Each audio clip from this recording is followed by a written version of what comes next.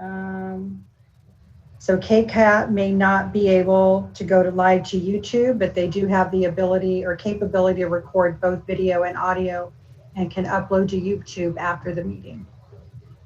Okay, thank you.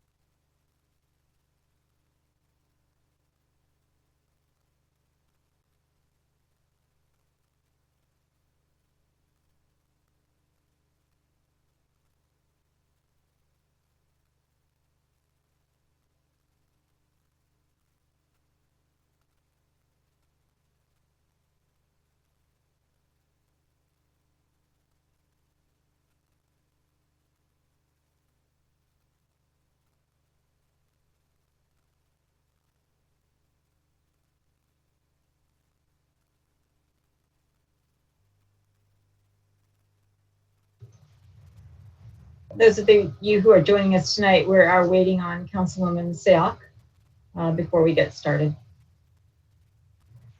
I'm trying to get her in the meeting.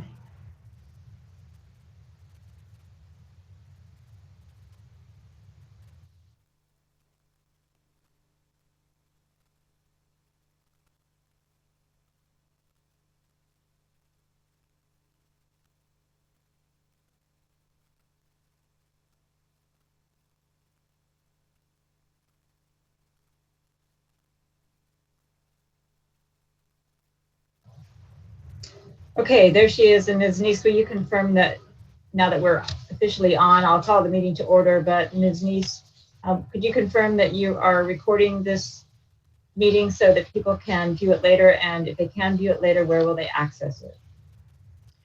Yes, I am recording this meeting, and KCAT is also recording this on our normal channel, and they will be putting it on YouTube after the fact, since they are having technical difficulties. Okay, thank you. And would you do the roll call, please? Yes, thank you and good evening. Councilmember Rennie. Here. Councilmember Sayoc. Here. Vice Mayor Spector. Here. Mayor and Chair Jensen. Here. Welcome to the August 4th meeting of the Town Council. We're back after a break in July, and I'm very pleased to see that we have many people joining us on our participants list who haven't necessarily participated in this process before. So I'm going to give a really brief overview so that you know what to expect and know how this meeting is going to go. First thing I'll do is ask you if you're not speaking, would you please put yourself on mute? Because sometimes we can hear things and it's sometimes disruptive. So we go through an agenda. We have several items that are on our agenda tonight. Lots of them, you'll see 13 items are on consent. The consent calendar are things that the council can generally approve in a single motion because they are not particularly controversial. For example, confirm the actions that the council has already taken. And any member of the council can pull an item from the consent calendar, and any member of the public can pull an item from the consent calendar. If you do that, it means we'll just hear it like we would normally hear it if it were on our regular calendar. After we get done with consent calendar, then what we do is have something called verbal communications. During verbal communications, you can talk to the council about anything that is not on our agenda. So something that's not on our consent calendar, something that's not on our regular public hearing. So if you want to talk about weed abatement, that's not for verbal communications. If you want to talk about Alpine Avenue, that's not for verbal communications. If you want to talk about something else that you don't see on the agenda, that's the time to raise your hand and ask to be heard. The thing about verbal communications is because they're not on the agenda, they're not a formal public item. So the council doesn't take an action, it doesn't respond, it doesn't engage in a conversation. It's your time to share your ideas and opinion with the council that the council can later put on an agenda for discussion. So we won't be doing a question and answer, and you have 3 minutes to state your position. Once you state your position or whatever you want to let us know, that's the conclusion of it, and you don't come back and talk again, for example, at the end of verbal communications. Once you have your 3 minutes, you're done. and thank you. When you're done with your 3 minutes, a council person could have a question for you. So don't just click off automatically, wait and see if there's a question, and then we'll go forward like that.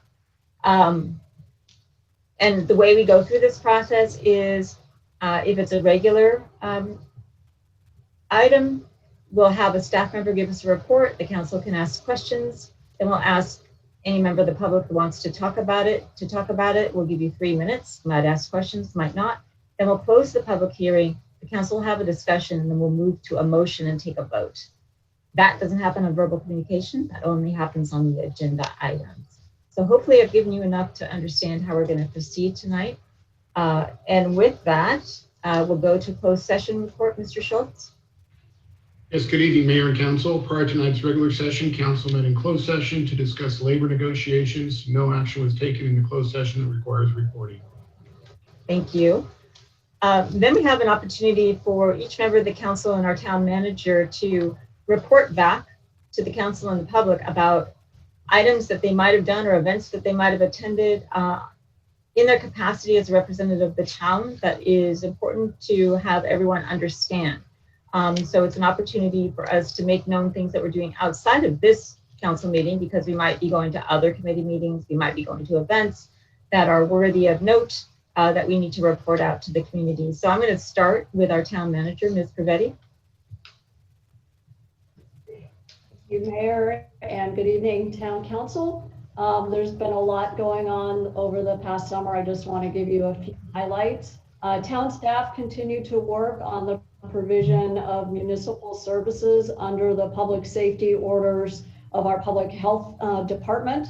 The COVID pandemic is an ongoing situation, so we continue to innovate in order to continue to provide the best municipal services possible. Our library's had phenomenal success with its curbside programs. We have expanded our story times and our book clubs, and we are now exploring how we can have laptops, printers, and scanners outside for our public, so that way those who do not have access to such materials at home can at least come to our town library and have access to digital products. So we're in the process of piloting that, and then we hope to roll it out later on this month, and we will have other library augmentations later on. Speaking of our library, they have just started a new project to augment our history collection, because we learned that our history collection is void of stories of people of color and indigenous peoples. So we've asked for oral histories and other materials. You can view the request on the library website under the history collection. We're very interested in making sure that we have a complete record of the town's history that goes beyond just the 1800s. So please consider sharing your stories. And then we are also working to set up community workshops to discuss racism in Los Gatos, as well as to discuss our police practices and potential reforms. We expect that the police conversation will be happening soon, and please stay tuned for more information, but we're hoping to get that going later on this summer. Thank you. Thank you very much, Ms. Pervetti. Vice Mayor Spector. Thank you, Madam Mayor. Since our last meeting on June 16th, I have continued to participate in the county's COVID calls from Dr. Cody. The General Plan Advisory Committee met 4 times, I believe, and at each meeting we work on a new element of the general plan. I participated with the mayor and the police with the youth commission interviews.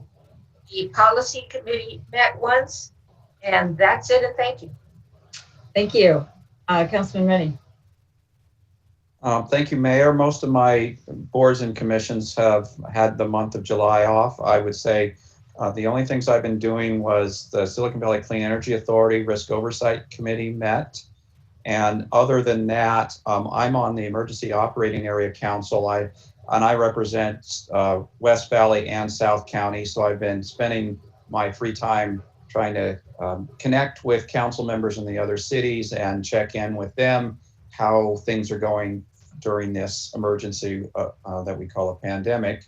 Other than that, I haven't been doing much.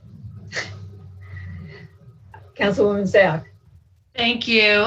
During our last public hearing, Cities Association has continued to host weekly meetings between mayors and the county representatives on the COVID testing and any other emergency operations that need to be done.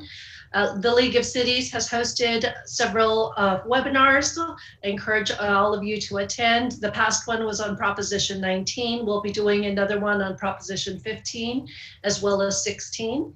And in between, there have been several local activities that have been happening within town, primarily to bring awareness to the racism and injustice that has been happening, as well as the Me Too movement at Los Gatos High School that I've been participating in. Thank you, Councilwoman Sayoc. Since June 16th, I participated in the General Plan Advisory Committee meetings, the Policy Committee meetings. I am on a mayor's, I don't know what they call it, committee for Silicon Valley for economic recovery from COVID. There have been a couple of informational meetings with respect to that. Ms. Pervetti and I have also participated in, Ms. Pervetti more so, on a specific economic recovery effort with the county related to COVID. And as with Councilwoman Sayoc, I have attended and or participated in BLM and BIPOC events that are occurring in Los Gatos and monitoring and or speaking. And we are in the process of organizing planning for listening events. We started this past Wednesday and plan to go forward on those, and hopefully we'll get a great participation like we did this past week. So with that, thank you very much everyone for sharing your report. And we will move to, as I said, verbal communications. And so now is the time, if you would like to share something with the council that is not on our agenda, you have 3 minutes to do so. You do not have to use your entire 3 minutes. You can use your entire 3 minutes, but you don't have to. And be aware that the council may ask you questions after. We will ask you to state your name. You do not need to state your address or phone number, but you do need to state your name. We do keep a record of these events, so we do need to know who is speaking. And the reason for that is, number one, to create some recognition of who's making the contribution. Number two, so that we can get back to those people who have ideas that we want to explore those further. Number three, perhaps to invite you to participate in some further activity or action of the town. But we will ask you your name. So with that, I am watching hands go up. And again, I'll give it a few minutes. I'm seeing, I've got several right now. So you have time while others speak to decide whether or not to put your hand up, but we'll start with Sasha Ryu.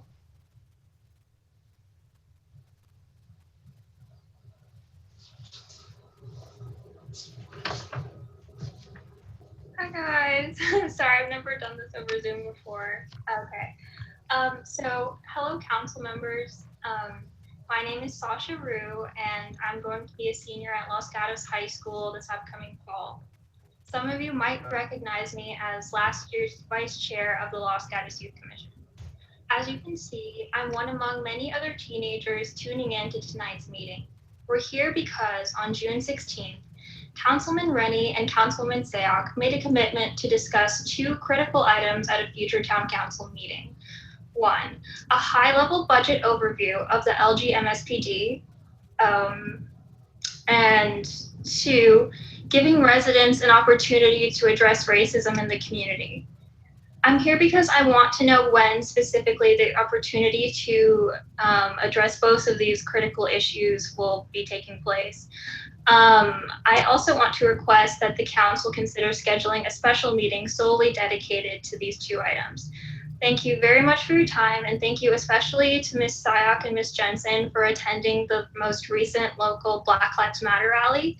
I know some of the people who were organizing it, and there were unfortunately some security concerns, but you guys helped us every step of the way, and it's really nice to have people in office like you guys. So yeah.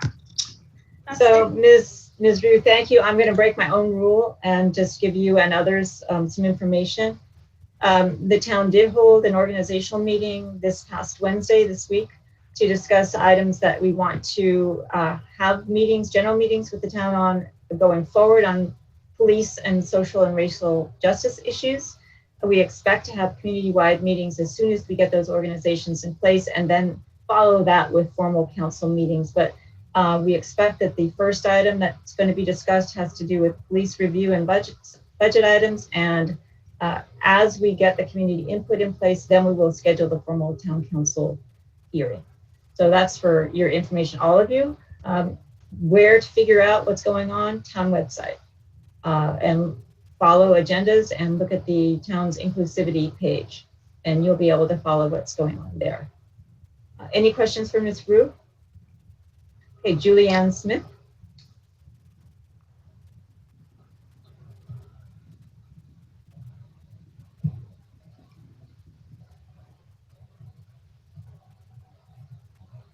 Ms. Smith, are you there? Okay, I'm going to give you a second to see. Are you there? Yeah, I am. Sorry. I think Okay, there you go. I see you now. Hi. Thank you, Mayor, for taking my comment. My family and I have lived in Los Gatos for 15 years. 6 years ago, we moved to the Friendly Hill neighborhood by Testarossa, an area that we selected for its walkability to our vibrant downtown, the space and privacy. We have recently learned about plans to install a major rental project in the middle of our neighborhood, which is zoned for single residential use as R120. Today, I represent a group of over 35 concerned neighbors. We've reached out to the town a number of times, and it's not at all clear to us that these plans are legal, nor that they comply with the zoning codes. An investor, Rutherford Investments, acquired a property at 200 Prospect Avenue, which is the former residence of the Sisters of Holy Names, and is developing it into as many as 14 separate rentable units. When the sisters lived there, no more than 6 at any time, they used the 2 houses for meetings, a dormitory structure for invited guests who came for weekend retreats, and there was never renters on the property. The new owner is advancing a change of use in the property that conforms to neither the letter nor the spirit of the town code. This 1.5 acre lot is legally divided into 3 separate lots. The lot adjacent to our property has 2, call it 1,500 square foot homes on it, along with 3 non-conforming cabins that sit inches from our property line.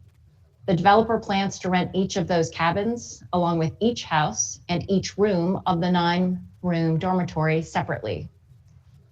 Having 3 rented cabins without setbacks on top of our backyard greatly and negatively impacts our property value, our quality of life, and the increased density in our neighborhood will make the already treacherous traffic on Reservoir Road even worse.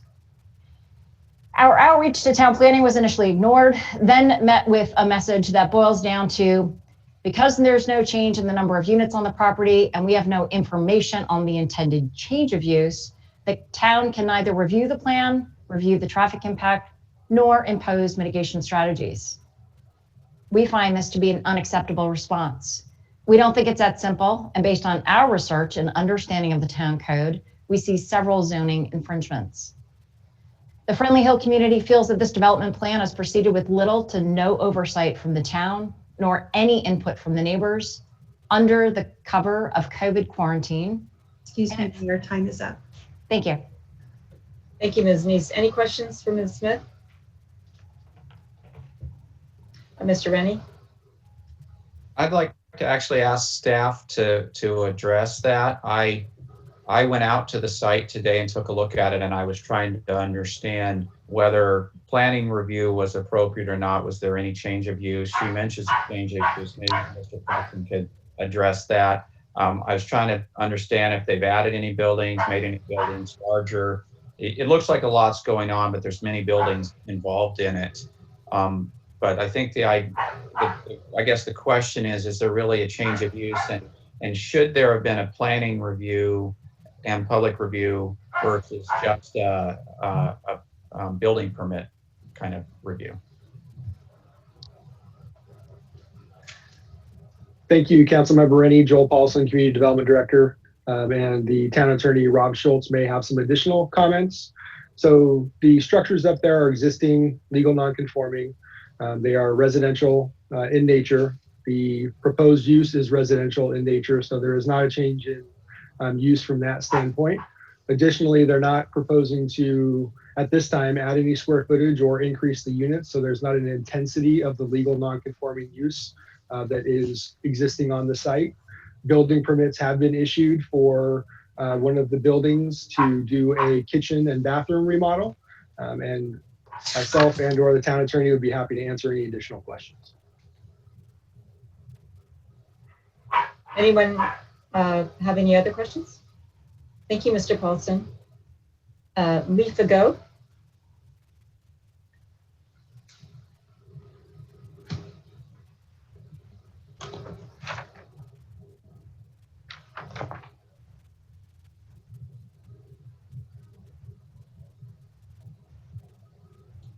Can you hear me? Yes. Okay.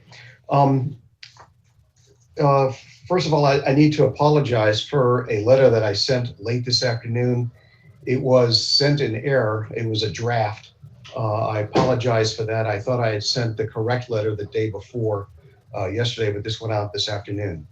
So first of all, secondly, thank you all of you for working through this tough time with so many challenges. We appreciate that commitment we see from all of you on staff and the council. While the town has been able to manage police services so that there is good response times, crime rates lower than average for the county, and good overall community engagement between police and citizens, a call to 911 that involves a mental health crisis, often involving your or somebody else's loved one, it is the law enforcement community that must respond, safely intervene, de-escalate, and provide an appropriate outcome for citizens who may be in crisis. Law enforcement officers have a difficult challenge in responding to these situations, which are reported now in increasing numbers, especially where citizens are not committing any criminal acts. I also recognize that 78% of our town officers have completed crisis training. This is according to a Santa Clara grand jury report, recent, and the town has recently provided additional funding for such training. Many citizens support such further training, not just for crisis, but to deal with the racial and social issues that are now manifesting in town. Such issues are festering in various neighborhoods, and social confrontations are increasing, both in numbers and severity that could lead to violence. Additionally, growing data shows mental, psychological, and emotional instability increasingly leading to escalating physical conflicts. Additionally, there could be significant benefit both in quality of service, emotional and social outcomes, and cost reduction if the town also contracted professional social service and or mental health providers to work with first responders to assist such calls when, at the time of notice, such responders were deployed. This could reduce aggressive confrontations, the possibility of further escalation as shown in other communities, and both improve the short and long-term consequences for all parties involved. Perhaps further contracting with other surrounding municipalities and or the county, as we do for fire services, could be a good part of such a remedy. Please agenda this for further research, discussion, and action based on resources needed to provide such care to our folks. Additionally, as sworn officers retire, depart our PD, this could be a way for replacing with such well-qualified social workers, those police who could then be, and also to have these people work with our fire services emergency responders. Thank you for your consideration of this issue, and I believe there is a good number of folks in our town who would like to help with any further research as needed to determine the best methods going forward to dealing with these social, psychological, and mental health issues plaguing and growing in our community. Thank you. Thank you, Mr. Fago. Any questions? Thank you very much. Bill Kraus.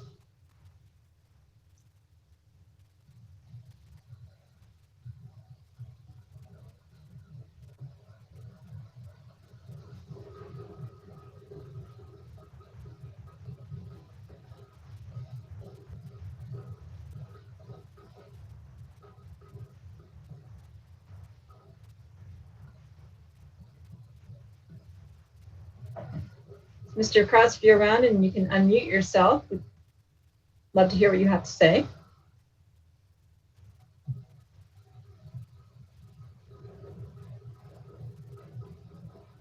I'm going to give it a little bit, and then I'm going to move to the next speaker, and you can try again.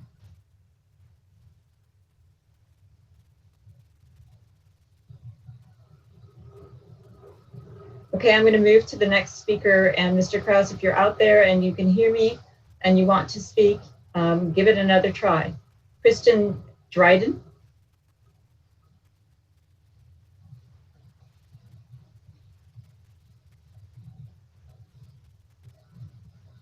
Let me ask Ms. DeLong, are we having trouble, or Ms. Pervetti or Mr. Andrews, are we having any trouble with our feed or unmuting? Because I'm not getting people. Mayor, this is Shelley. We're not having problems with the unmuting and stuff. I think it was an issue on his end. He was unmuted. Okay. While we're waiting for this to happen, and I realize it's horribly out of order, and I'm sorry, I asked if anybody wanted to pull items from consent, but then I didn't actually take a motion and a vote. So let's do that while we're waiting to figure this out. The motion on the consent calendar, Councilwoman Sayoc. I'll make a motion, but I do want to indicate that I will be recusing myself on item 4, the voting, I'm sorry, item 3 with the youth commissioner appointment. Okay. So I move that we approve items 1 through 13, and I am recusing myself from item 3. Second. Thanks. Second by Councilman Rennie. Vice Mayor Spector? Yes. Councilman Rennie? Yes. Councilwoman Sayoc? Yes. Mayor votes yes, passes unanimously. Ms. Pervetti, thank you for the reminder. Now we'll go back to verbal communication. So Kristen Dryden, did you get yourself unmuted? Yes, I did. Can you hear me? Yes. Okay, wonderful. Thank you so much for being here this evening. I am a resident of the Friendly Hill. I've lived here, over 20 years. I've witnessed the lovely project across the street with the sisters' property developed into, 15 homes. We have wonderful neighbors. It took a long time. It was a long process. There was a lot of communication weekly to the neighbors, communication about what was going on, traffic studies, there was tree impact studies, there was paving studies, there's curb studies. I mean, it went on and on. The sisters wanted to have apartment complexes at one point were looked at, assisted living. I mean, there was so many things. And down at the very end, it came to, this is a friendly neighborhood with big lots and nice families, and it's a residential zone. Here we are now, it's the last property that belonged to the sisters, and it's sold, and they're gonna put 14 rentals. I don't know where you're gonna put the parking. I don't know where the cars are gonna go. I have 2 kids, they're on bikes around that sharp corner. I'm always telling them, look before you go around that corner. We've got people flying down Testarossa, and it is not a great place to add more people. There is no way, if you've got 14 rentals there, that you're gonna fit 28 cars. The spot that was there used to be housed by Sister Jean, Sister Nikki, and Sister Kate. You should talk to them. That's all that was there for the last few years.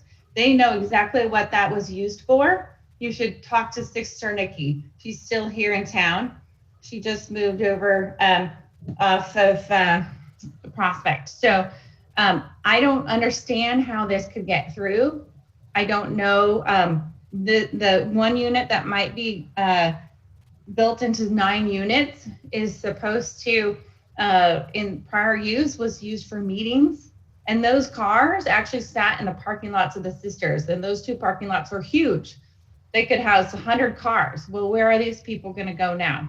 This is absurd that the town, after years and years of making this beautiful across the street, is going to now allow this to just go right through. And I think it's just so frustrating for someone that's lived through the process of what they had to do across the street, and for someone to come in and just think that they can just get this through. Everyone that's bought a house here will be impacted. And I don't know where those cars are going to go. I don't know why there's not a traffic study. And it just makes me really upset. I'm a business owner, I'm a homeowner, and I've got kids in this community. And I think somebody really needs to look into this. Also, the one thing, we actually almost bought this property. And so we spent a lot of time looking at it. I wish I would have and could have done something nice to it and maybe sold it to one person. But anyway, that one unit that they think they're going to turn into 9 was a unit that was connected. Your time is up. Okay. Thank you very much, Ms. Dryden. Let's see if you have any questions. Council? Okay, thank you for your input. Arvind Khosravi?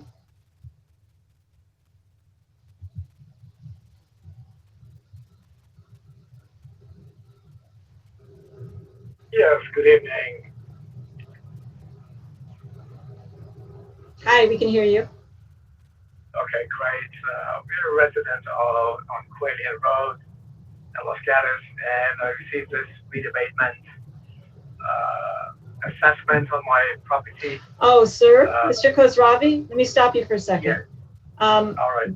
Weed abatement matter is actually a separate agenda item. So that is agenda item number 14. So when we get to 14, then that's the time for you to speak on that, if you wouldn't mind. All right. I'm not too familiar with the proceedings. Okay. My first time. All right. So fine. you'll hear when we call for weed abatement, that will be the time for you to talk. Okay, thank you. Thank you. Okay, Casey Kamali.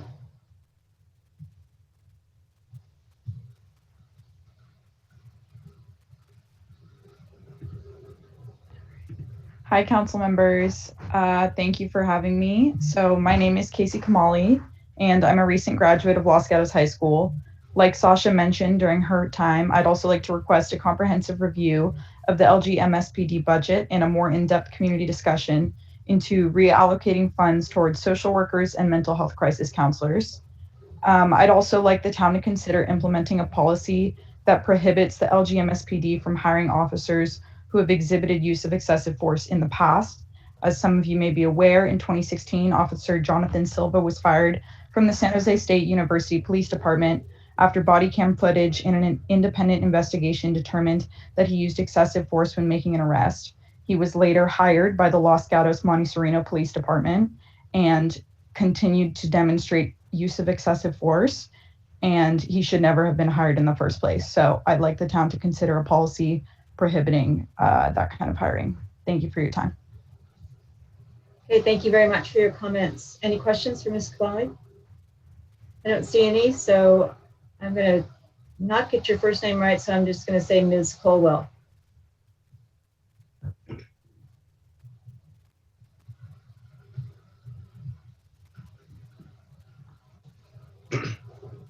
Yeah, hi everyone. Thank you for giving me time to speak. First of all, I just want to echo the thoughts of Sasha and also saying that I'm looking forward to your timeline on having these future conversations about policing as well as racism in our community. And then I just have 2 quick comments in regards to the overview of the police budget that you have all committed to. So first of all, I noticed in the June 2nd meeting that while discussing the budget increase, a member of the council said that, and I quote, "This is a status quo budget for our police department. We are not adding new headcounts or doing anything else that really increases the resources going to the department," end quote. While this is true, the majority of the budget increase is going to the same salary and CalPERS pension funds that is seen across all of the departments. This does not tell the full story of the budget that was passed. And so I would like to ask that you specifically pay attention to the 16% increase to our police department's operating budget. That budget increased from 1.3 million to 1.5 million. And so I'd really like your commitment in paying special attention to that during your overview. Additionally, I'd like to ask that you not only pay attention to whether these allocated funds are necessary for policing, but also whether or not these solutions are truly the best option for our community. I know that you're all listening to the emails from many concerned citizens and youth, such as myself, about hoping to shift some of these funds to these social programs that can potentially alleviate the need for policing by targeting issues like the unhoused and mental health crises at their source. If you look at the percentage of the general fund that other towns in our community, such as Los Altos and Saratoga and Santa Clara, all of these areas are spending, we consistently spend a higher percentage of our general fund on policing than these other areas. So I'd like to ask that you really take a look and make sure that not only are these funds truly necessary for proper policing, that you're also taking a look at whether or not these are the most efficient options that are truly tackling these issues at the source and not just relying on policing as a secondary measure. Thank you so much for your time and for these commitments. Thank you. Let's see if you have any questions. Doesn't look like it. So Lanny Har.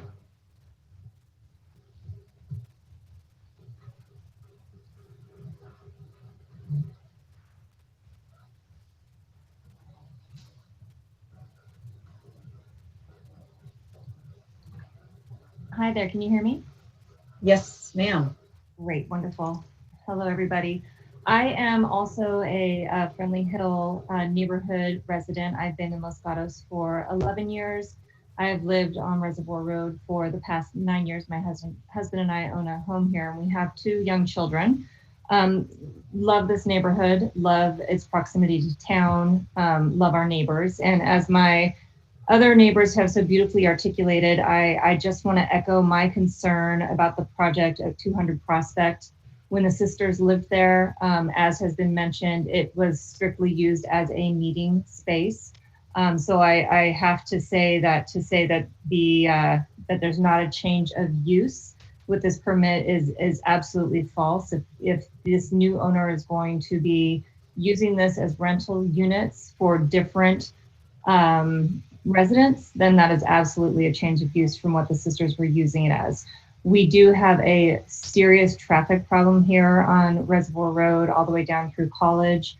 I love our neighbors at Testarossa, but unfortunately that does bring quite a bit of traffic, and to add at least 14 new units would really be putting our families and our children in danger. So I am asking you to please take a look at this very carefully and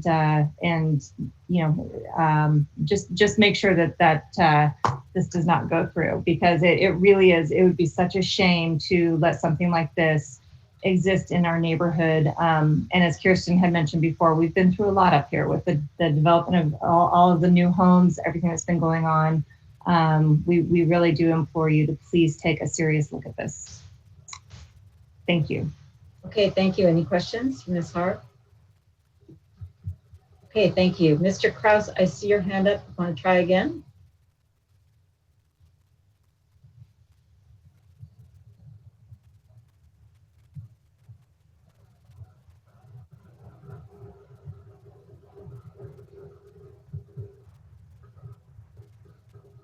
Mayor, I'm Yes. not sure if Mr. Kraus can hear me, but unlike all the other participants, he does not even have a microphone icon showing up next to his name, which means the device he may be on may not actually be microphone compatible.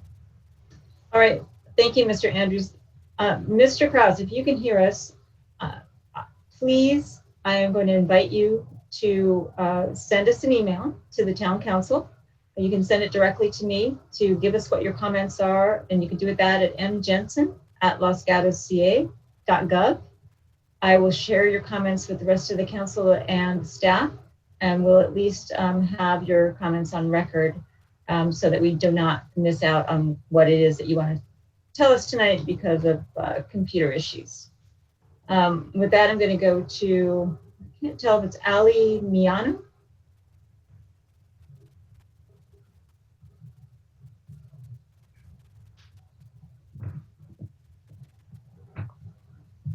Great, thank you. Can you hear me? Yes. Okay, great.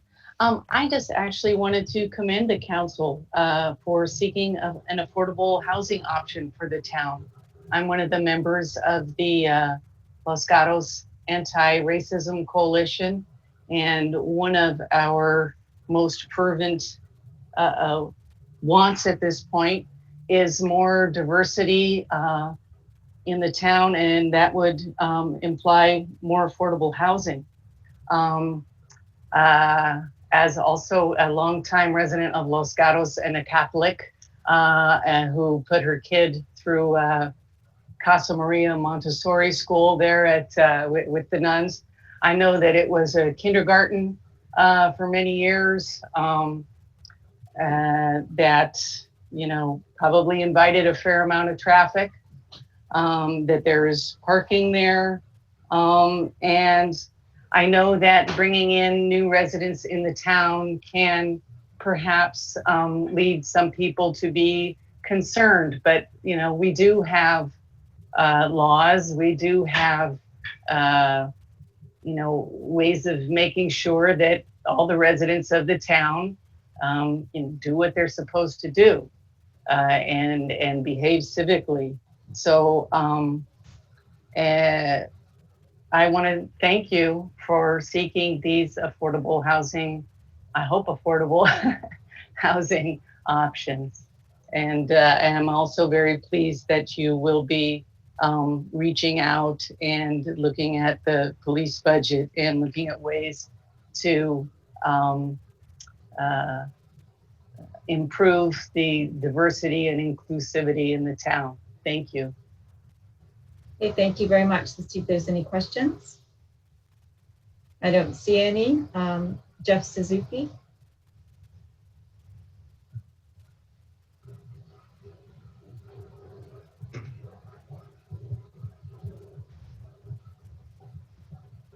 Hi, everyone. This is Jeff. I'm the founder and current leading committee member of the Los Gatos Anti-Racism Coalition. I have a few things to go over, so thank you for giving me the floor. First, I want to echo the sentiments of many of the people who have already spoken regarding the police. And I'm happy to hear that there's going to be a serious conversation about the future of the police department in Los Gatos. And we should, as others have stated, dedicate more resources to dedicated professionals to serve in non-violent capacities. And perhaps we should consider redesignating some police funding to these specialists and professionals, since a large majority of police calls are non-violent in nature. It might have to do with high schoolers partying too loud. It might have to do with non-violent drug use. It might have to do with psychological issues, and I believe that it would be, from a practical standpoint, a more effective use of funds. And I mean, in general, across the United States, and it's not just exclusive to Los Gatos, we ask the police to do too wide a variety of tasks to where they're often ill-equipped to deal with these situations otherwise. They're a jack of all trades, master of none. And regarding the substantial allegations of harassment, many of whom are members of the coalition, I've talked to numerous people in this town about whether there are police statistics with regards to race, whether the incidents regarding this can be tracked within the statistics and the data that are collected, but I haven't really heard from anybody about whether this exists or not. The answer always seems to be uncertain. So I ask if this data, taking into account race, is available so that we could actually look at, we could see if there's any evidence of discrimination. And if not, I ask that the police department gather this data in the future to better understand police conduct in our town and to act as a natural disincentive against unacceptable behavior. And finally, as a final point, a number of you on this panel appear to agree with the necessities, the necessity of affordable housing in Los Gatos to combat the legacy and current effects of systemic racism, whether because you engaged, because you encouraged it within your remarks, or I've talked to you personally. I would like the idea of cooperative housing to be seriously considered. For those not too familiar, cooperative housing is a form of housing that is democratically governed by its tenants. It's not commodified. Unlike public housing or subsidized housing, it costs the government relatively little because the tenants simply set their own rates of rent to maintain the house. And unlike with rent control, it doesn't seem to have the same drawbacks regarding maintenance regarding maintenance or the supply of that housing. And as somebody who has personally lived in a cooperative whose rent was about half of that of the local rate for students, I believe it is an effective tool. So regarding the future construction and maintenance, the future construction plans for the North Fork housing. Excuse me, Mayor, time is up. All right, thank you very much. Hey, thank you, Mr. Suzuki. Let's see if there's any questions for you. Any questions for Mr. Suzuki? Thanks for joining us tonight. The next thing I see on my screen has two names, Sophia and Emmerich Bisbee. So one of you, but not both of you, or both of you, and you split your time over the 3 minutes.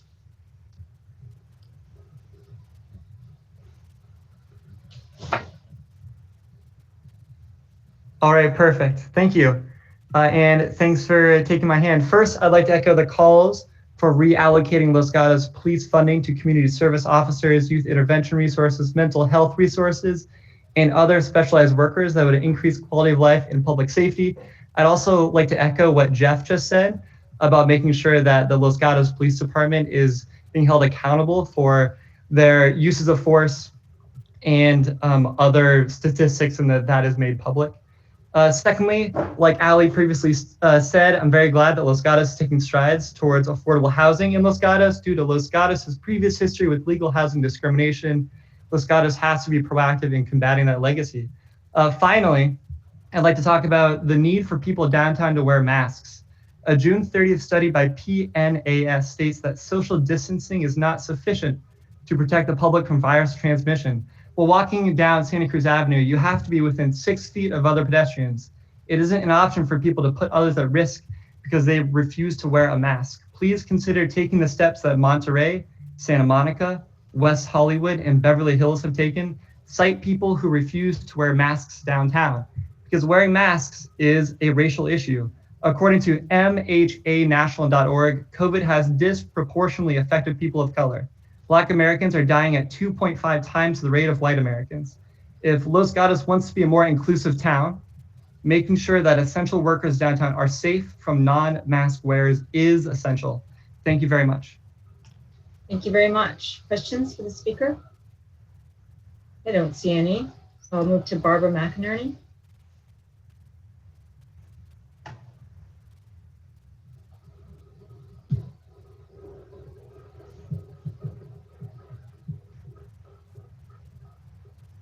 Hi, thank you for listening to our neighborhood speakers tonight. I'm also speaking on behalf of the property on Prospect Road. My husband David and I have lived in Los Gatos for 15 years. We've recently purchased a home in this neighborhood, and the reasons are the proximity to the schools. And I'm one of those parents that's always trying to get my kids out of the house, go play outside, get off the computer. And we want them to be able to walk to school. So my main concern is the safety of walking up and down Reservoir Road with increased traffic where there are no sidewalks in place. And we go up and down once or twice a day, and we really have to scooch into the trees there as the cars try and squeeze by us. So I'm super concerned sending my kids off to school, going up and down Reservoir Road with increased traffic. And then also just the fact that this was all a surprise, I think I'd like to speak to. We would have thought that the neighborhood would have been consulted so that this feedback could have been given earlier, and we hope that it will be now. Thank you. Okay, thank you. Any questions from Ms. McInerney? Okay, Tanya Beruzi.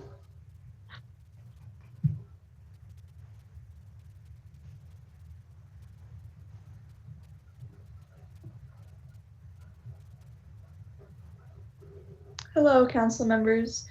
My name is Donia Behrouzi. I am a senior at Los Gatos High School and a member of the Los Gatos Anti-Racism Coalition. Stemming from ideas given by other community members, I would like to state the importance to reallocate police funding to professional social workers who deal with nonviolent incidents.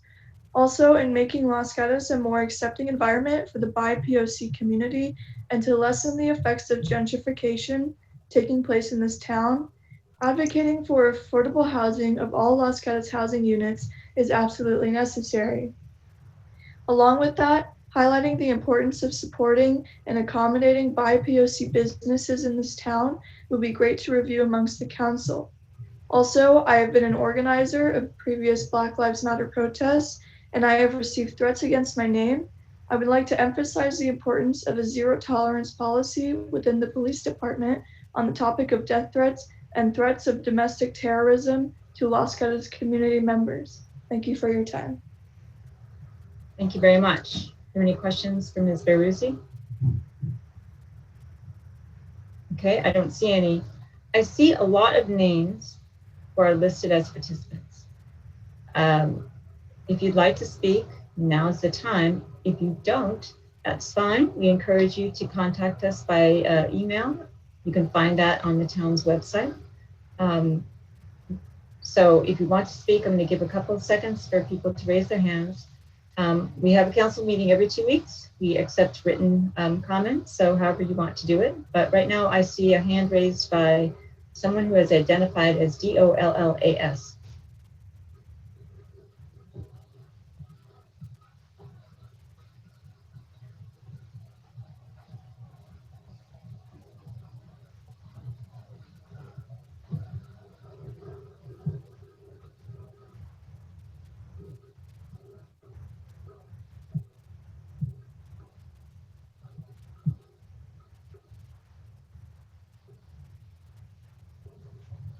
It looks like they took themselves out of the meeting. Okay, fair enough. All right, I'm going to give it a few seconds here for any of you other people who are listed as participants. Some of you may be on other agenda items, but if you are talking about something that's not on the agenda, this is the time to do that.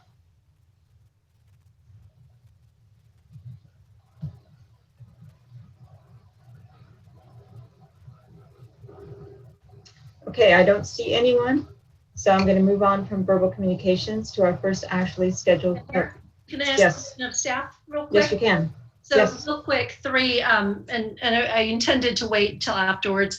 So we heard several ideas, questions within the police budgeting conversation that we intended to have. If I could just ask the town manager to weave the specific questions and ideas that were stated today into the discussion in however format that you plan to organize this. We'll be happy to do so. Thank you.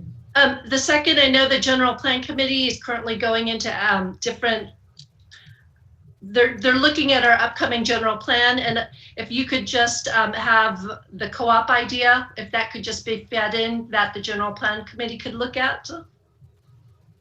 Yeah, so that's one of the various strategies that could be available in our new plan. Okay, great. And I just need to make sure I understand through both our town attorney and Director Paulson. So my understanding with regard to what's happening at 200 Prospect, that it was a sale of property. It is the town's determination that it's the same use and that the only permit really was this kitchen. So am I understanding the issue correctly? Thank you, council member. So it's a kitchen and bathroom facility remodel, which is currently permitted. Okay. For And that one is of the the only, I'm sorry, Mr. Paulson. That's okay. That's for one of the structures that people have referenced as the dormitory style building. And so right now that is the only permit that is within the town review or has already been reviewed? So that has been reviewed and issued. And that is the only permit currently pending for that site. Okay, thank you for that clarification. No further questions. Anything else from members of council?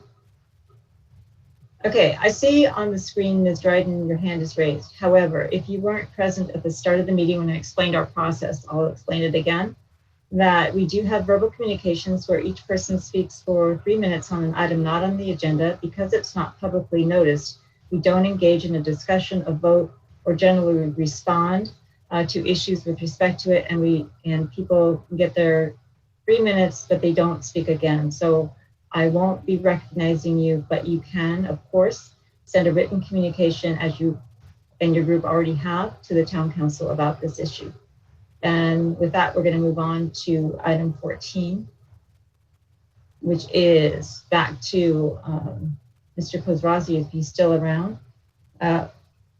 a public hearing to consider any objections to the 2020 weed abatement program assessment report. And who is going to give us our staff report on that? Stephanie Hockmeyer will be giving the report tonight. Thank you, Ms. Hockmeyer. Good evening, Mayor, Vice Mayor, and Council members. Before you tonight is the Weed Abatement Program Assessment Report for 2020 for the town's annual program to abate weeds. All the parcels on this list are being assessed for inspection fees, and some additional parcels include abatement fees. Once a property is identified as a hazardous, having hazardous weeds, they're placed on this list, and in the program they are monitored and must be compliant for 3 consecutive years in order to be removed from the program. Also before you is a desk item for your consideration of the 5 written protests received from parcel owners. Staff's recommending that council deny the protests, adopt a resolution confirming the report, authorizing collection of the assessment charges. If any protests are upheld, the town will need to absorb those costs.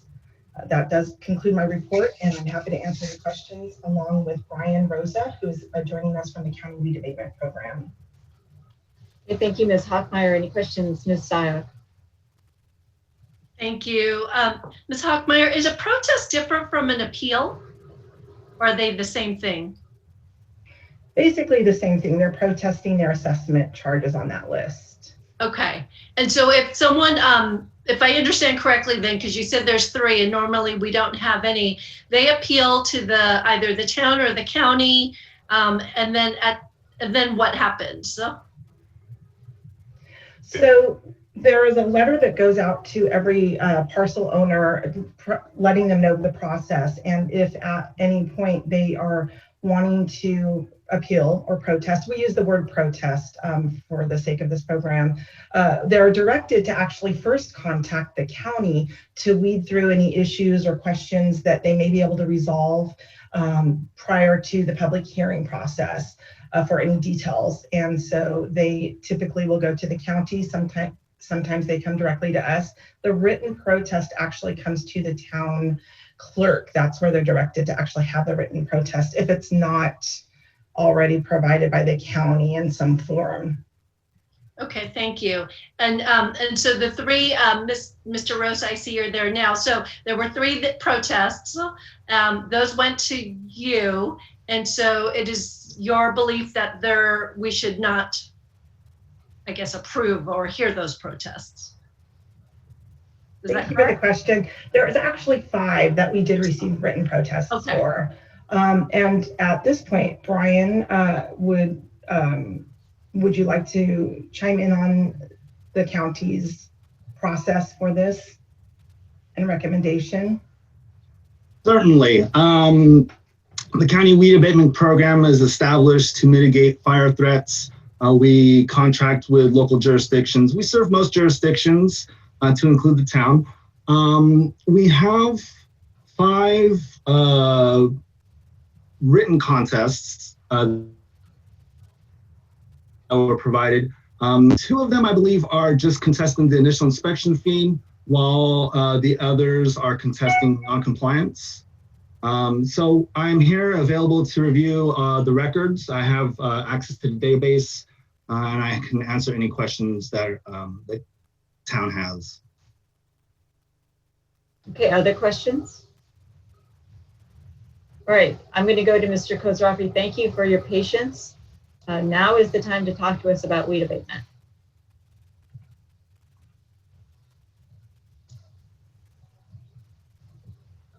Yes, good evening again.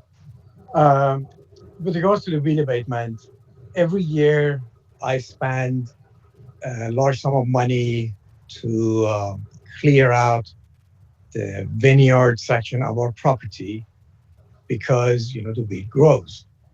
And obviously, no one else has more at stake or invested in our property than us.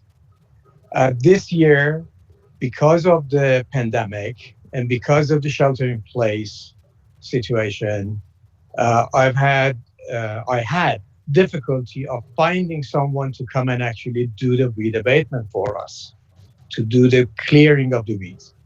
I made several attempts to call and inform the program that I'm having difficulty.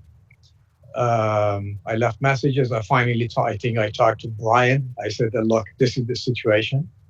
And then I received this assessment of the property tax.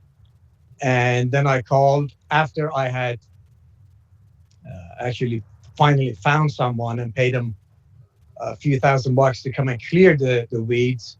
I received this assessment of tax on my property. So I called back again several times. I finally talked to Brian and said, I contest this.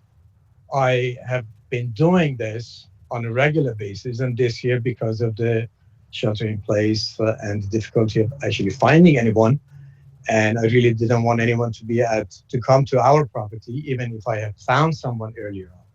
So I object to this assessment, and I am asking for it to be reversed and removed.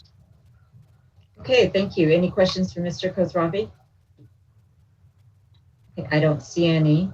Is there anyone else that wishes to speak about weed abatement?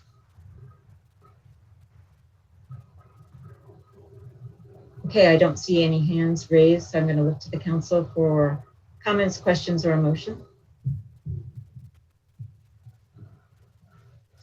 Councilwoman Seah? I'm sorry to keep asking. It's just, this is one of these unusual issues where usually we don't get any issues.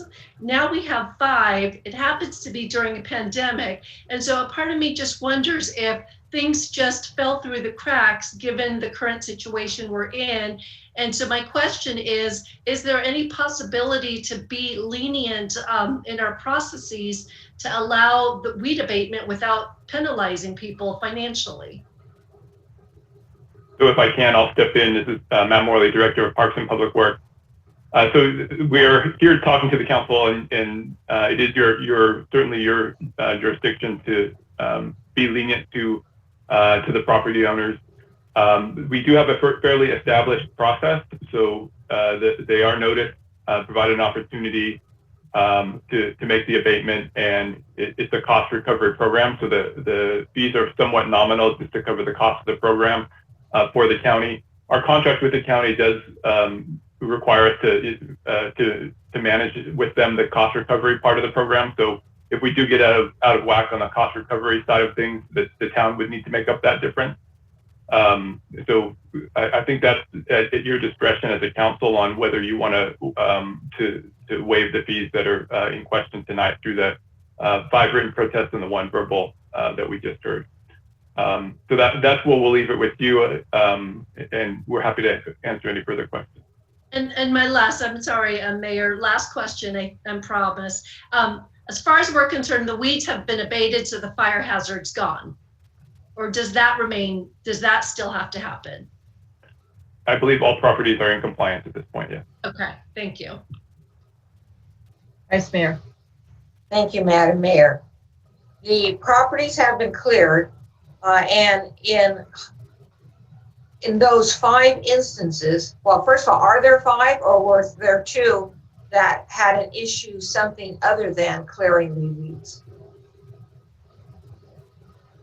All 6 parcel owners are, their issue is just the protest of the cost. So everyone has had the process go through, their weeds are abated, and they differ between just either the administrative fee of 101 or additional assessment fees for the clearing. Now, there was one gentleman who spoke a few minutes ago. I was under the impression that he had paid for his clearing. Did I understand incorrectly? He did pay for his clearing. The process is that the property owners, if they're not haven't cleared their property by the time that the inspection occurs, that those property owners are noticed, and then there's a reinspection to identify if they've complied. The inspections are a cost to the county, so there's a charge associated with those, very minimal. And then if the clearance is done by the property owner, then there's no charge for clearing the weeds. If the property owner were to not clear the weeds, then there would be a follow-up charge for that, but we don't have that situation this time around. in order of magnitude, Mr. Morley, what are we talking about for those instances when the property owner is being charged for inspection as opposed to charged for items above and beyond inspection? So I'll start and maybe, oh, go ahead, Mr. Rosa, you can answer that. Yeah, so the initial inspection fee for 2020 is $101. The initial inspection fee is our attempt to recover costs with simply going out to the property, taking a look, seeing if it's being cut and maintained or not. In this jurisdiction, we inspect from April 15th until October 30th. We inspect several times. In the case of Mr. Arvin, the non-compliance issue was seen on 6/2/2020, and subsequently the non-compliance fee of $582 was applied. If the contractors needed to intervene and mitigate the fire threats, 100% of the contractor's cost would be transferred over to the property tax bill, plus an additional invoice processing fee. This year, it's not applicable to any of these cases, but it's over $900. Thank you. Other questions? Mr. Rennie? Yeah, I'm trying to, since this was an addressed item and, it's not very well organized, I'm trying to get my arms around it. So are any of these 6 properties being charged for actually doing weed abatement? No, right? No. So we're charging them, it sounds like some is a fine and some are a re-inspection fee, or is it all inspection fees? They're all inspection fees. This program doesn't have a fine fine associated with it. It's all just strictly cost recovery for services that the county provides. And it looked like at least one or more were people that are, I think we have this process that if you're in non-compliance in previous years, you're re-inspected and we charge you a fee for some number of years afterwards. So some of those people are getting charged because they were in non-compliance in previous years. How many of the 6 fall in that category? Yeah, I could chime in on that one. So of the 6, to give some background, to be removed from the program, we require 3 consecutive years of voluntary compliance. Receiving that $101 fee, it's actually a good indicator that you passed. And we're just recovering costs with monitoring. Like I stated, there's the add year process, and after we monitor for 3 years to make sure that the property owner is staying compliant. So let's see, we have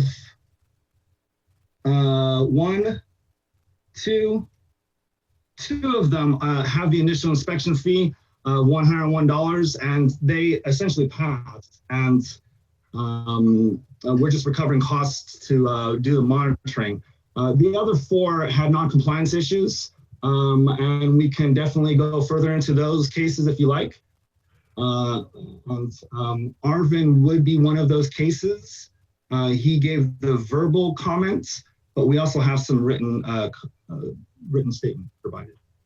So the 2, I think Councilmember Sayak had asked about COVID having an effect on that. So the 2 you mentioned are re-inspection fees would have nothing to do with COVID because they would have got those anyway. And then the question is, I think she was leading up to the idea of should we be lenient because of COVID? I think the speaker mentioned having trouble getting somebody to do it. And I think the way it works is if they've done it after the inspection deadline, that's when we start charging them a second re-inspection fee or something like that, correct? That's correct. And so of the 6, 4 of them are really us having to inspect twice and the charges for that. To clarify, it's the larger fee of $582 is associated with generating a work order to provide the correct information. We contact the assessor, make sure that the property boundaries are confirmed. There's some work associated with generating the work order for our contractors to make sure that they're fully aware of what's needed to mitigate the scenario. And that's the associated, that's the cost that we're trying to recover there with the 582.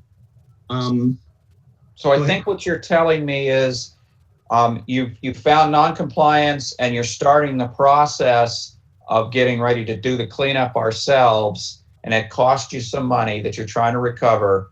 The property owners got with it and did their cleanup, so you didn't actually need to do it, but it cost us money because we had to start the process. That's what I'm hearing. That's correct. Okay, I think that's all the questions for now, Mayor. Okay, thank you. Councilwoman Sack. Actually, no further questions. Councilmember Rennie continued the questioning that I was going to do. Okay. Let's just make sure. Other questions? Don't see any. So discussion and/or motion.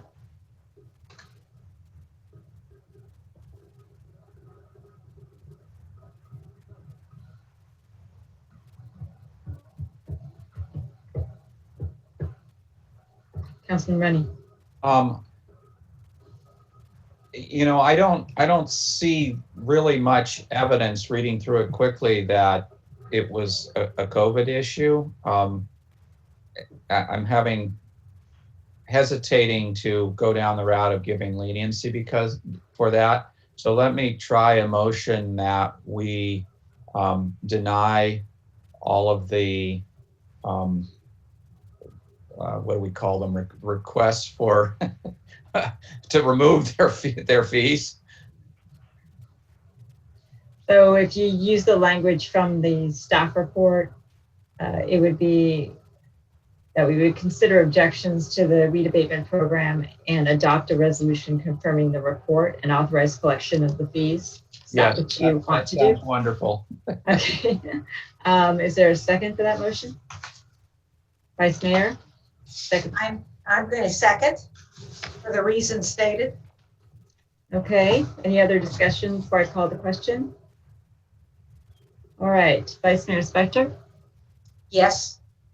Councilman Rennie? Yes. Councilwoman Sack? Yes. And the mayor votes yes, it passes unanimously. Thank you very much. Okay, so we're going to move on to item 15, which is consideration of a drone ordinance. And Ms. Lampros, you're going to give us a report on that. Yes, thank you. Can everyone hear me? Yes. Very good. Good evening, Mayor, Vice Mayor, and council members. This is the introduction of a new ordinance to the town of Los Gatos entitled Drones and Unmanned Aircraft Systems. With the proliferation of drones comes the need for local municipalities to regulate drones for health and safety and time, place, and manner regulations. The FAA has jurisdiction over the airspace, and the state has a Spartan framework of laws which pertain to drones. But there is room and expectation for local municipalities to address these health and safety and time, place, and manner regulations, and to provide a mechanism for the local redress of injuries and grievances against drones. Otherwise, people who were harmed by drones would have to take their complaints to the FAA. The town's proposed ordinance addresses unsafe drone conduct by an individual, such as how it can be flown, the height, the nearness to other individuals, the fact that it cannot be weaponized, it cannot be operated from a moving car, it cannot be flown under the influence by the operator. It addresses unsafe impact of drone use over emergency operations, such as police and fire response to an incident, or near manned aircraft, or over critical infrastructure, such as our dam, our water treatment plant, helicopter pad, over schools and public buildings. It also addresses criminal and nuisance impact of drone use, such as impact which relates to privacy issues, stalking and spying, and use of drones for other illegal purposes. It puts parameters on commercial use of drone technology for accountability. Commercial use, for example, would be real estate agents, filming properties, or individuals or organizations that want to film in town or film over special events like parades. And this ordinance exempts public use, the public UAS, it's used by a public agency. Those public agencies still have to follow state law and federal law, be registered to fly by the FAA, and perhaps be subject to warrant requirements. But examples of public use would be like PG&E, examining lines, fire suppression use. The town believes that the ordinance as written allows for the healthy and safe recreational use, appropriate commercial use, and necessary public use, with accountability and redress options for residents. This concludes staff's report, and I'm happy to address any questions or concerns.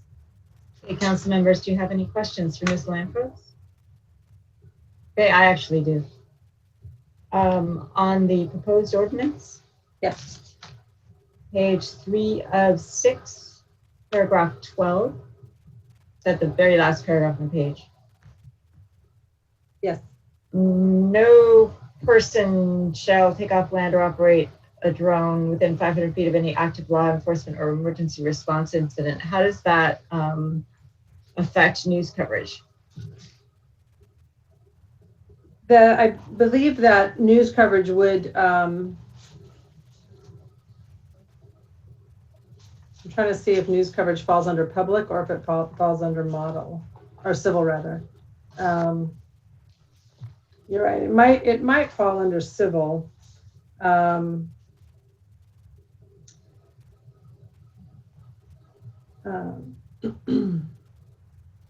Yes, it is. It's civil. You're right, Mayor. It's media service. So Yeah. I'm just wondering, are we prohibiting news from covering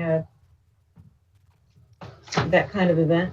Well, it's not prohibited. It's just, it's kept far enough away that it poses, the goal is to pose no danger or distraction to the emergency operators on the ground. Okay. The footage that was selected is standard, is used by other cities, but it can be reduced if council wants. Okay, well, that answers my question. Thank you. Let's see. Page 4 of 6, paragraph 19. Yes. No person shall operate a drone in any manner designed, intended to harass, stalk, vex. That's all fine with me. Or which serves to harass. So my question is, well, if I didn't intend to harass you or stalk you or vex you or annoy you, who determines whether what I'm doing with my drone serves to harass? Is that somebody that thinks I'm too noisy? Is that somebody that doesn't want a drone in their neighborhood, et cetera, et cetera? I have some problems with potential vagueness or generality there. So I'm wondering how you interpret that. Well, we don't want to only rely on the intent of the user. That's a very subjective thing and very difficult to prove. If somebody is buzzing someone's home, looking in windows, following someone they know.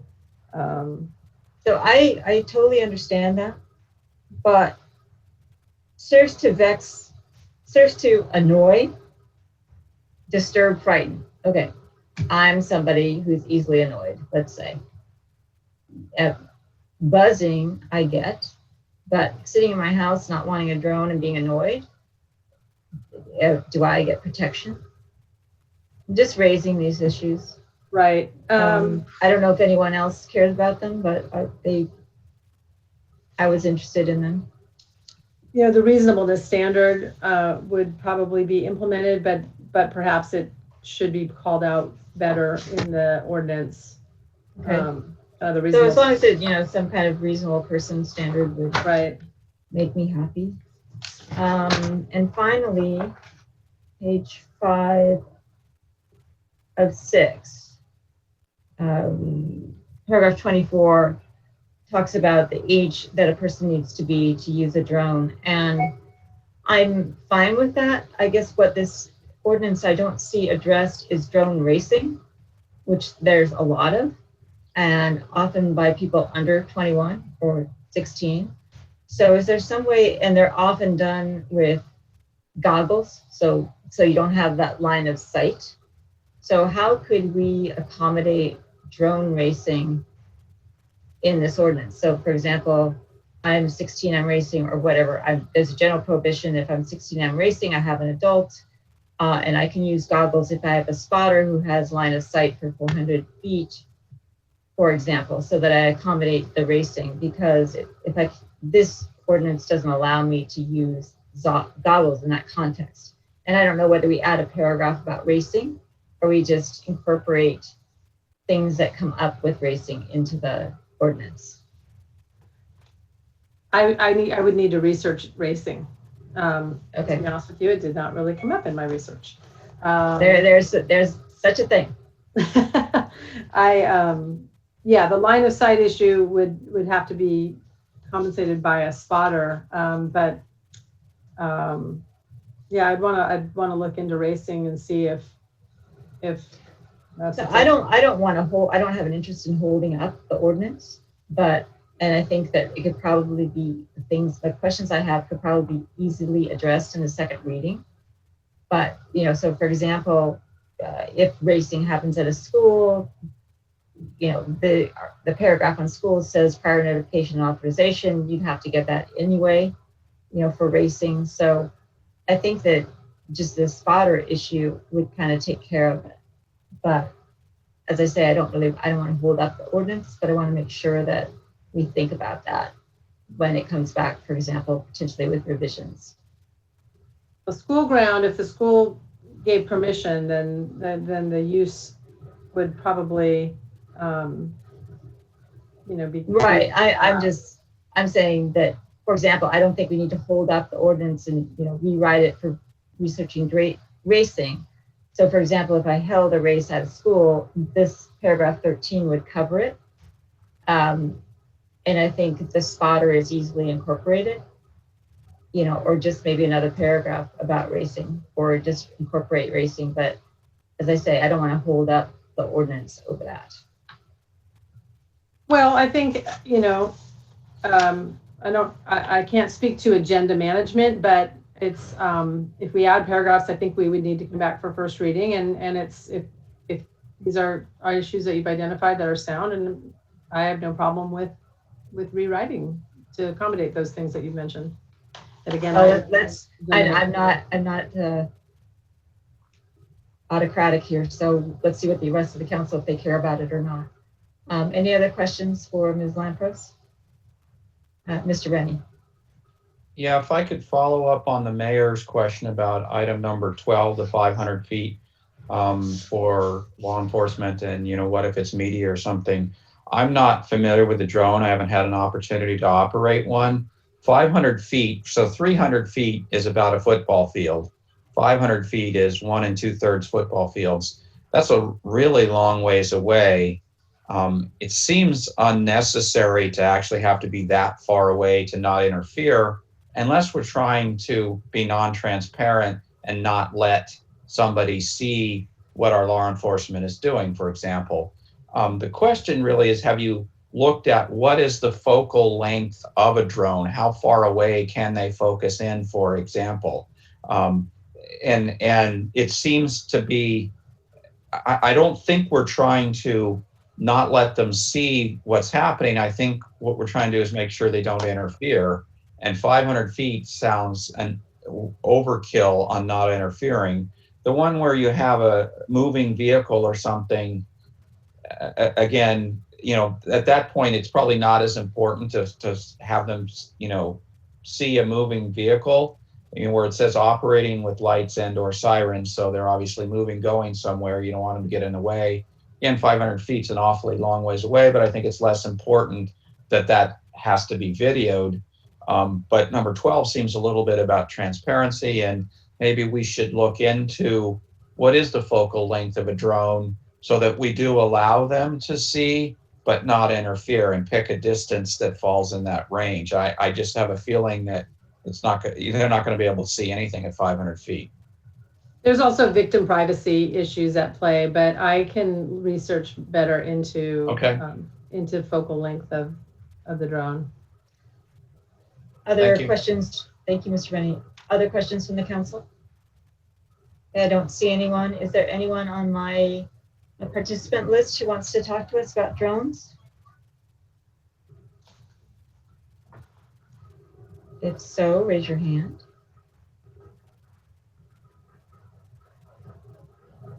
And I'm not seeing anyone. So I'm going to close the public hearing and look to the council for discussion and/or a motion.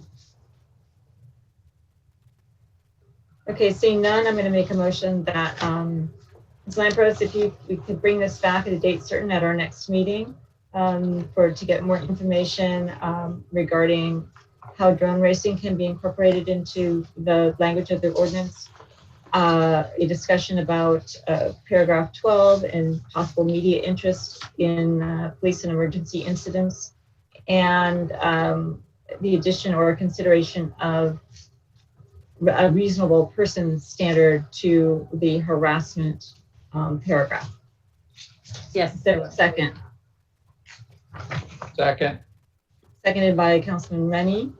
Any other discussion on the ordinance? Okay, seeing none, I'm going to call the Councilwoman Seah. Actually, I'm ready to call the question. Okay. All right. How do you vote? Yes, and I appreciate all the conversation you had. I just don't know enough about drones, as Councilmember Rennie said, but I have trust in what has been written. Okay. So that's a yes. Vice Mayor? Yes. Councilman Rennie? Yes. And the mayor votes yes. So we'll see it at a date certain at our next council meeting, which is August 18th, correct? Ms. Pervetti is nodding her head, so passes unanimously. Thank you.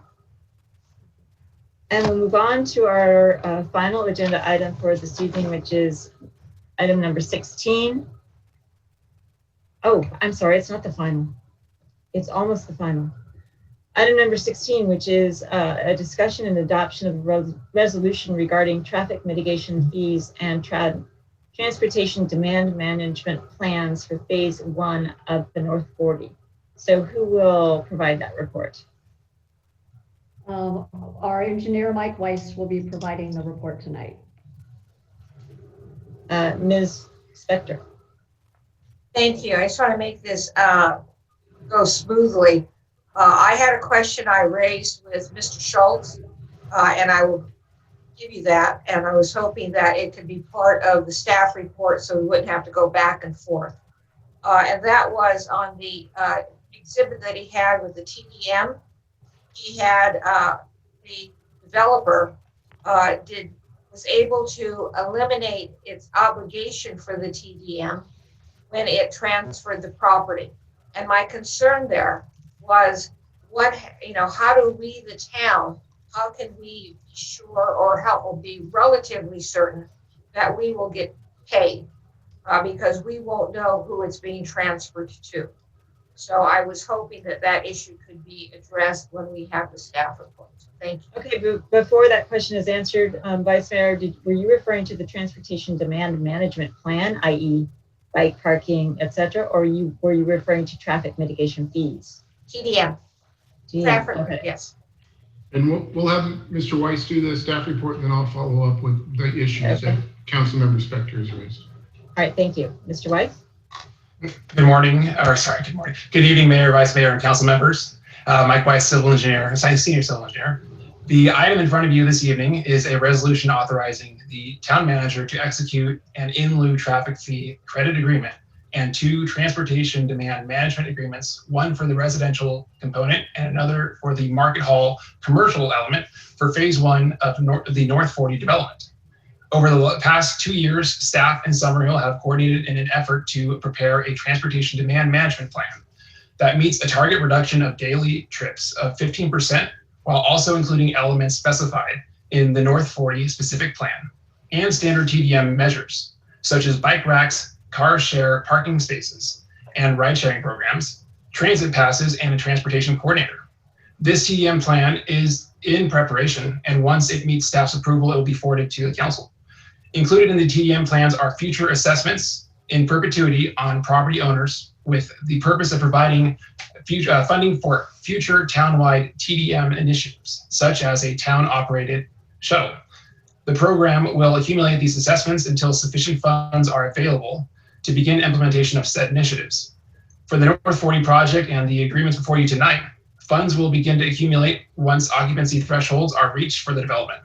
This may be a requirement for future developments as well, as doing so would allow the town to incrementally augment these services and potentially further reduce the number of vehicular trips.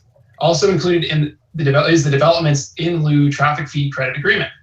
The town's traffic impact policy allows for credit against a project's traffic impact mitigation fee for conditioned public improvements that are included on the town's traffic mitigation improvements project list.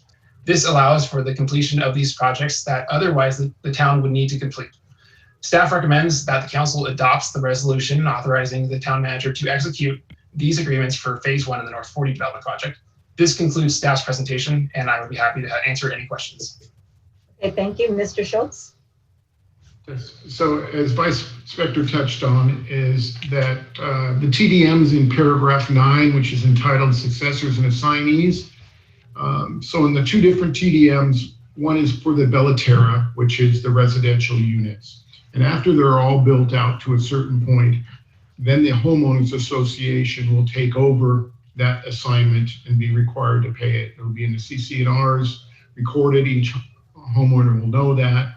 And so that's the process that will occur for the Bellaterra.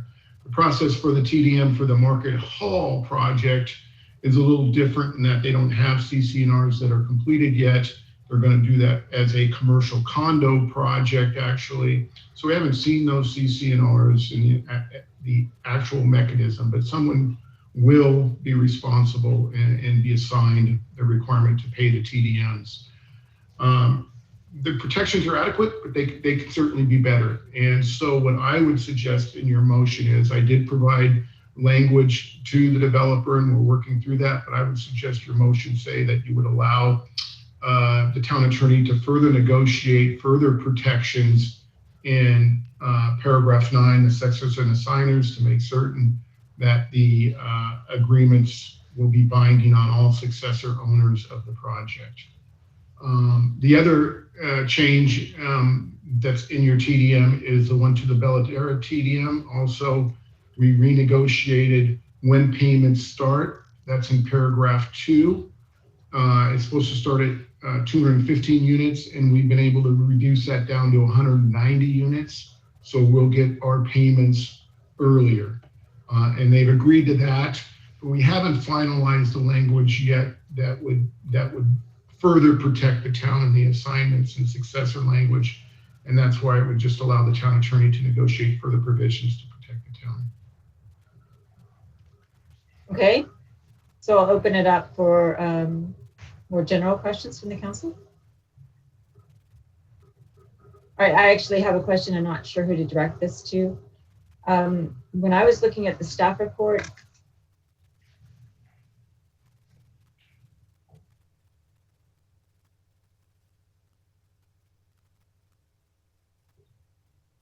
Did we lose the mayor?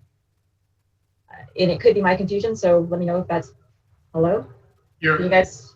You're back, Mayor. You froze for a second. I'm sorry. Am I good now? Yes, you are. You might want to pick up where you started. Okay, I was saying that I'm not sure if it's my mistake or this is actually an issue. I see a lot of language about what I would talk about as soft, if you will, TDM things. For example, bike parking, showers, transit passes, etc. But then when I look at the proposed resolutions that we're looking at, they seem to be completely financial. Where's the documentation that indicates that we're going to get promises on the things that are mentioned on page 1 and 2, bike racks, improved pedestrian bicycle access, shared parking spaces, ride sharing programs, transit passes, shower facilities, transportation coordinator? Where are those documented? So we are still in coordination on the TDM plan itself. We are going back and forth with the developer on that. There is a monitoring section within that document that provides specifications as to when these reports are required to be prepared and provided to the town, and monetary fines associated with it if it is not in compliance. Okay, so when we adopt the resolution, what we are doing is adopting also a monitoring program, and we can be assured theoretically from the staff report that the things that are mentioned in the paragraph I just read are going to be included. So the TDM plan, once it's fully completed and approved by staff, will be taken back to council for your approval. Okay. So that's going to be a separate element. Okay, thank you. Other questions from the council? Councilwoman Seah. And so I just want to make sure I understand. So the sequencing of this, if we approve whatever agreement, or if the town manager does, and then a TDM comes into play, can we go retroactively to have them follow those new TDMs? Does that make sense? Yes. I would cede to the town attorney on this. Yes, this mechanism is just the payment mechanism of it. Then we'll have a TDM that will come back to you that tell them what's going to happen. So that's still coming down. And these first agreements are just the payment methods that are occurring for the cost reimbursement for the improvements, and then the payments that will be made for the TDM. The actual TDM program, as Mr. White said, is still in the works and still needs to be completed. I'm going to go to Ms. Pervetti first and then the Vice Mayor. Yeah, I just wanted to add that it's my understanding that getting closure on these financial arrangements will help us complete the TDM plan itself and then bring it back to council for your full consideration. So it's not like we're going backwards, we're actually moving forward, but we need to get the financial commitments nailed down first. Okay, Vice Mayor. Thank you. And I understand that this is the financial part of the paperwork. And I also understand that the town that Mr. Schultz is going to be following up, because I just want to secure for the town as much certainty of payment on the TDM post Summerhill. And what I think I understood is that that would be something that Mr. Schultz would continue to work on. I don't know that that's coming back to us, so I guess I'll throw that out as a question. It would not, as long as you trust that I can do that and protect the town. But if the council's desire is to have it come back, then certainly it can come back to exact language. I've proposed language to them. They've proposed alternative language. It looks acceptable, but I still want to spend, this was at 5 p.m. tonight, and I still want to spend time revising that language. So certainly you can approve it tonight with that knowing that it's going to be changed and protect the town further, or it can come back to you, whatever your desire is. Well, for this one council person, as long as we are protecting the town further post Summerhill, I'm willing to go forward this evening. Okay, other questions from council members? Okay, seeing none, I have one hand raised. Matthew Hedis.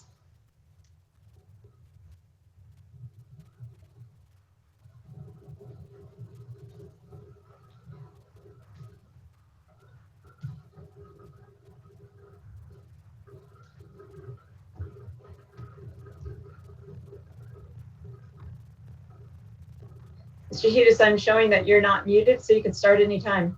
Yes, can you hear me? Yes. Thank you. So I'm not that familiar with the details of how the TDMs work. They don't come up all that often, but I did have some questions about the numbers associated with them, and I wanted to kind of follow up on the questions that were raised by the mayor and vice mayor. I know that I can't get a question answered, but I did want to get the questions on the record. The costs of the shuttle program, transit passes, etc., they're not enumerated, yet we are enumerating the fees that will be collected. And so I was concerned about that. And when I looked at the annual fees of 41,000 plus 17,000, That comes out to about $4,800 a month. And I really wonder how much of these TDM measures will really be paid by that small amount of money. And I'm curious about how we got to the point where a $500 million project generates 2,338 daily trips on a constricted town street, only generates $58,000 a year to offset the traffic that it causes. And I'm asking the question about whether we need to change the way that we assess for traffic impacts in town. Thank you. Those are my comments. Thank you, Mr. Hughes. Are there any questions? Seeing none. Does anyone else want to talk to us about the TDM fees well, actually just fees tonight? Go ahead and raise your hand and I'll give you a couple seconds.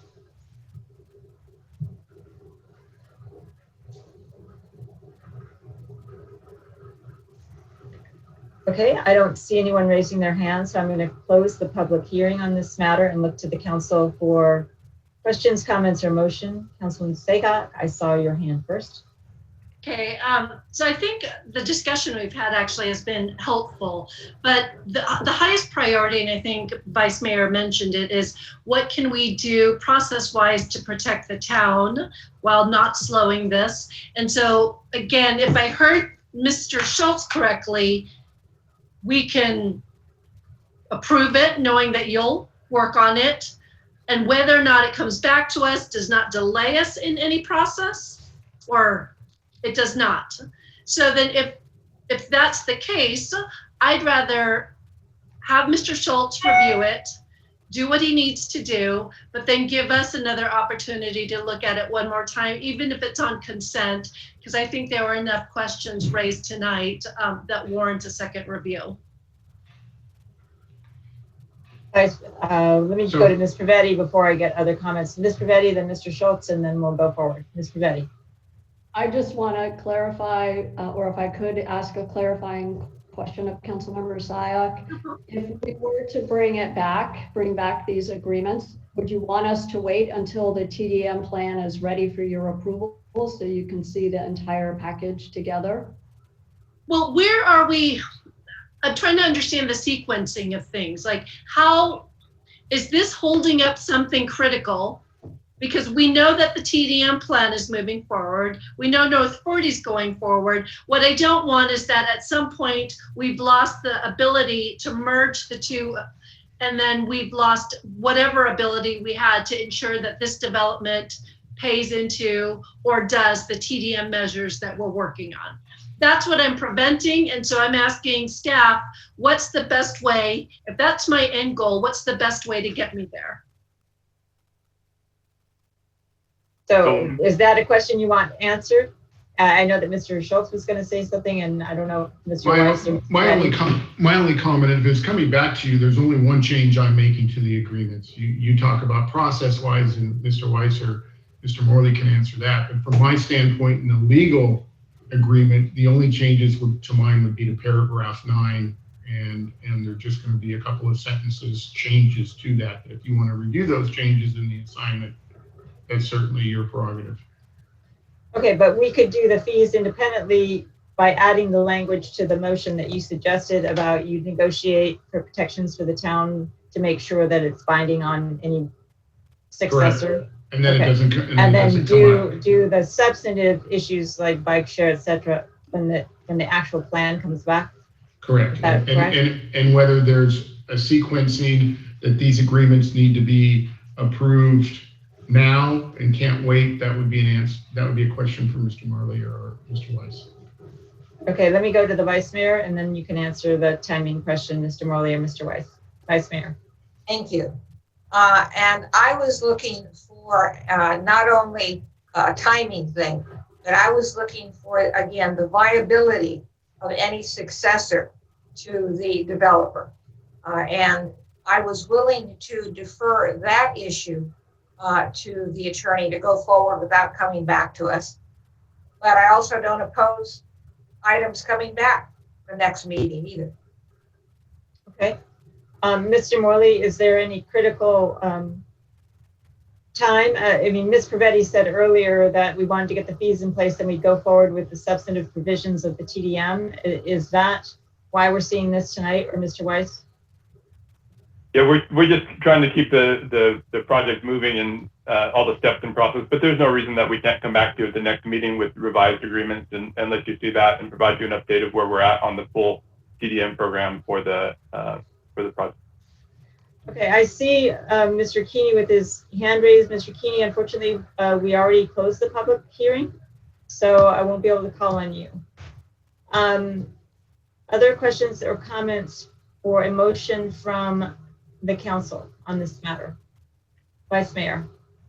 Thank you, Madam Mayor. I move to continue this item to our next council meeting, second meeting in August. And at that time have Mr. Schultz come back with any modifications to the agreement that provides the town with additional protection after Summerhill, and also to address any other issues that were referenced by Mr. Weiss. Thank you. Okay, I'll second the motion and ask the maker of the motion, would you be willing to include in your motion a direction that if the substantive TDM plan is ready for review, that it be brought back at the same time? Absolutely. Okay, with that, I'll second the motion. Any discussion or questions regarding the motion from other council members? Okay, seeing none, I'm going to call the question. Councilman Rennie? Yes. Councilwoman Sayoc? Yes. Vice Mayor? Yes. And Mayor votes yes, so it passes unanimously. We'll hear it again on August 18th. And which now brings us to the final item on our agenda this evening, which is a consideration of removing parking on Alpine Avenue in order to promote fire safety in accordance with the recommendation of our fire chief, who is going to be giving us the report on this matter. Thank you, Mayor and Town Council. Arne Andrews, Assistant Town Manager, will be providing the report. We also have an attendance tonight, and if we could please move Fire Chief Bowden from the attendees to the panelists. He will be available to answer any questions the council may have. Okay, so whenever we're ready on the report, please go ahead. Great, thank you. On June 2nd, during verbal communications, 2 residents expressed their concerns about the emergency ingress-egress related to Alpine Avenue. At the end of their comments, the council referred the item back to staff for further review. And as part of that review, we reached out to the chief fire official in our county, Chief Bowden, and asked him to assess the situation and, if warranted, to provide any recommendations to the town. We met with Chief Bowden on June 22nd on Alpine Avenue, and he had several of his team there to assess the situation. And then on June 25th, we received directly from Chief Bowden the recommendation that because of challenges associated with ingress, egress, and Alpine Avenue, the recommendation was to move parking to one side of the street on the north side of the street. As you see in the staff report, staff concurred with that recommendation based on the fact that we had previously done our own emergency evacuation assessment and identified that the town is riddled with areas of challenges that are problematic for emergency ingress and egress. Alpine Avenue, based on the fire chief's recommendation, had a reasonable solution to at least address one of the challenges. And so with that, staff concurred with the recommendation of the chief, and you have both his recommendation and the staff report in front of you, and we are now available for any questions. Okay, thank you, Mr. Andrews. Questions for either Mr. Andrews or the fire chief? Vice Mayor Spector. Thank you. A couple of questions. If we go forward with this recommendation, when would it be implemented? One. And secondly, would it be implemented for a defined time and then return to a two-way street? So I'll let the chief speak for himself, but the recommendation as I read it is that it would be one side of the street parking in perpetuity. And in terms of implementation, Director Morley can speak to that. Our Parks and Public Works would be the department that would actually do the striping. we would be able to. I'm sorry, wait a minute. Chief Bowden, do you have anything to add to Mr. Andrews' comments? If not, that's fine. No, I think he handled it. Thank you. Okay, Mr. Morley? Thank you. Yeah, the implementation is fairly straightforward. It would take us a couple weeks to get it into the queue for getting the work done. Follow-up, Vice Mayor? Yes, follow-up. Why couldn't the change, the one-way, be implemented for a defined period of time that correlates with the fire season, and then to give us council more time to give thought to a more permanent process? Now, forgive me, Vice Mayor, before that question gets answered, in your last question and this question, you're referring to one-way and two-way. It's really a question of removing parking, not changing the way the street works. So, Mr. Morley? Or Mr. Andrews? So that's correct. We're envisioning the continuation of two-way traffic, but with parking only on one side of the street. In terms of the timing, it's a great question, Vice Mayor, and I'll allow the chief to speak to it also. But we're not just trying to address some of the evacuation challenges associated with the wildfire season. There's a whole host of emergencies that could affect the community, from single residences to other types of emergencies. And that road would present challenges in any type of those situations. And if Chief Bowden has anything to add, please. Sure, and thank you again, Madam Mayor and Council, for having me on. Assistant Town Manager Andrews is correct. It's all risk. It's not just for wildland firefighting. In fact, just about a year and a half ago, we had a large structure fire off of Foster Road. That is the main ingress point, is through Alpine Avenue to the Foster Road neighborhood. And as you can see from the pictures referenced, and when we were actually out there, we had passenger vehicles, smaller passenger vehicles, parked on both sides of the streets. They were not contractor vehicles. And we had a motorcycle that was stopped behind the fire engine because there wasn't enough room for even a motorcycle to get by the fire engine when you had parking on both sides of the street. And should you encounter opposing traffic, regardless of what the emergency is that you're responding to, it would, number one, delay the response at minimum. And if we're looking at an evacuation, then certainly, as we see in my 25-year history, I have not seen orderly evacuations when they're necessary. And we see that with the tunnel fire, we've seen that with campfire.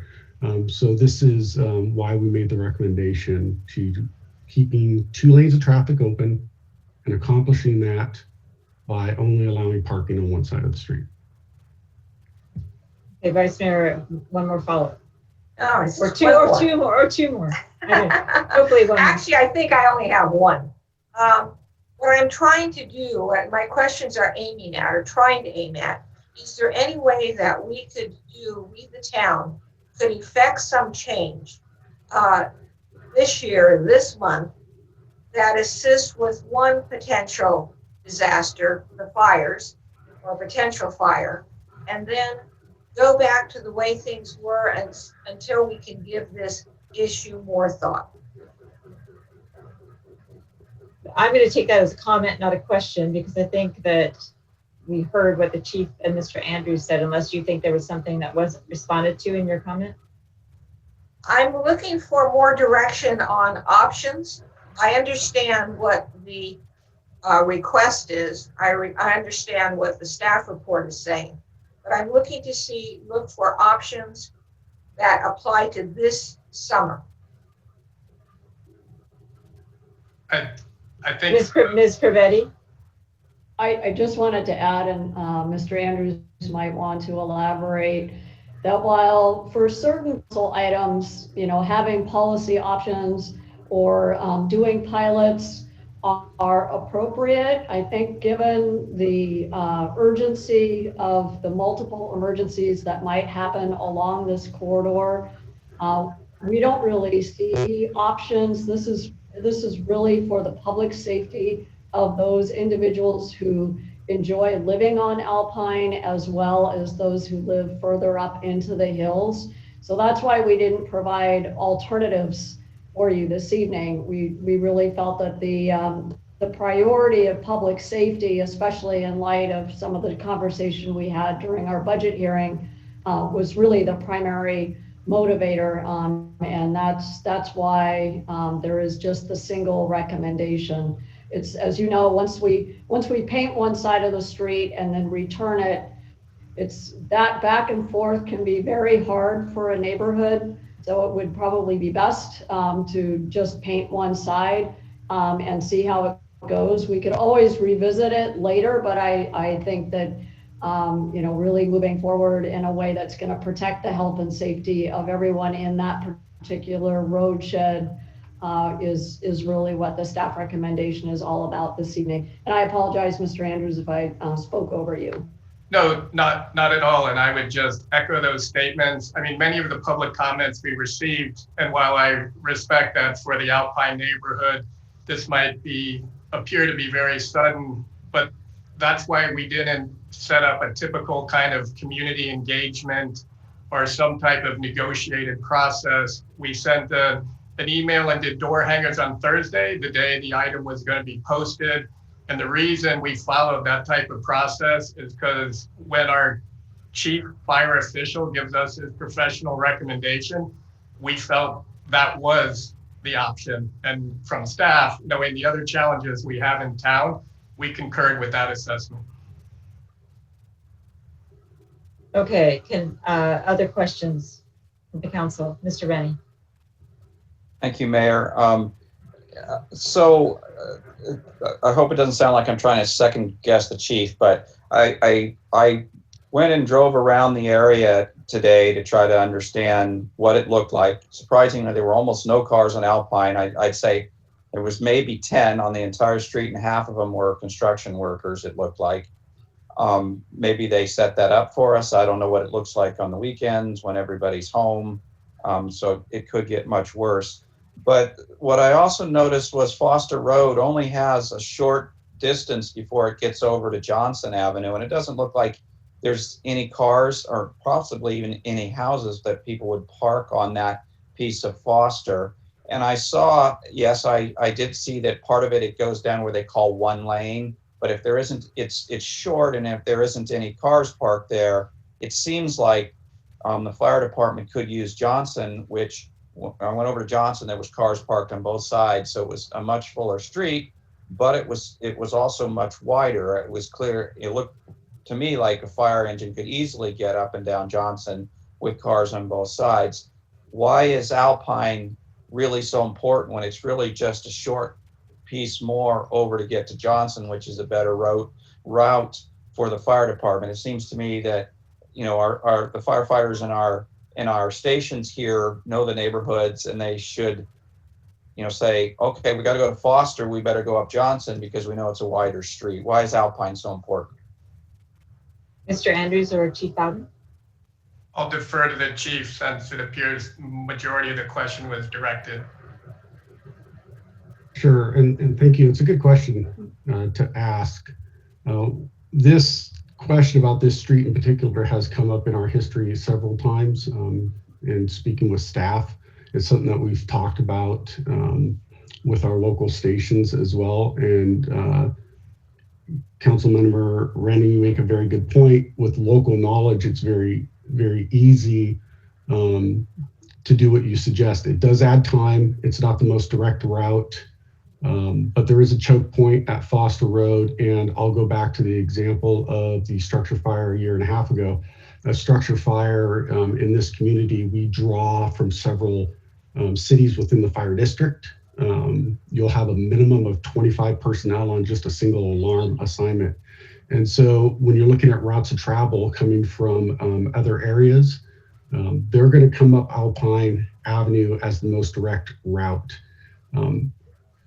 So while Johnson is an option, and we looked at Johnson, what concerned us was that short single lane where it becomes a choke point where there's really no room to move over when you get a large fire engine up there. And they are large, they're not getting smaller. We have tried to really shorten the wheelbases, specifically in Los Gatos, to make them more maneuverable. And in fact, the fire district is investing in a new tiller truck that is much more maneuverable in the downtown area and the more congested areas, so that we can address some of those issues, but that it doesn't address the width. It is always important when you go out to physically, like yourself, go out there, get on the ground. We brought a fire engine up there. We spoke to our crews that go there quite a bit. We looked at every option that we had available. We looked at one-way street options, and it all came down to the recommendation that myself and my staff felt most comfortable with, that would provide the greatest effect in an egress situation should residents have to evacuate, while allowing fire engines to come in. And this is something that we have seen time and time again. I mentioned the tunnel fire. The tunnel fire is more widely known as the Oakland Hills fire. Similar situations. The Camp Fire, similar situations. We have a lot of older neighborhoods, and it's important to look at these on a case-by-case basis, because sometimes there will be a secondary route of ingress or egress. But in this case, I stand by the recommendation of staff. It's certainly up to the council to take that recommendation and ask any questions of me you like. Hopefully, I provided you good information to make a good decision. But I stand by staff's recommendation on Alpine as being the most direct path of ingress and egress for the residents and both for the first responders. Second Mr. Rennick? question. Yeah, thank you. And that's a very good answer. And I thank you also for the engines. I remember when I was mayor, I took a tour with your PIO officer. I think it was Murphy, if I'm remembering correctly.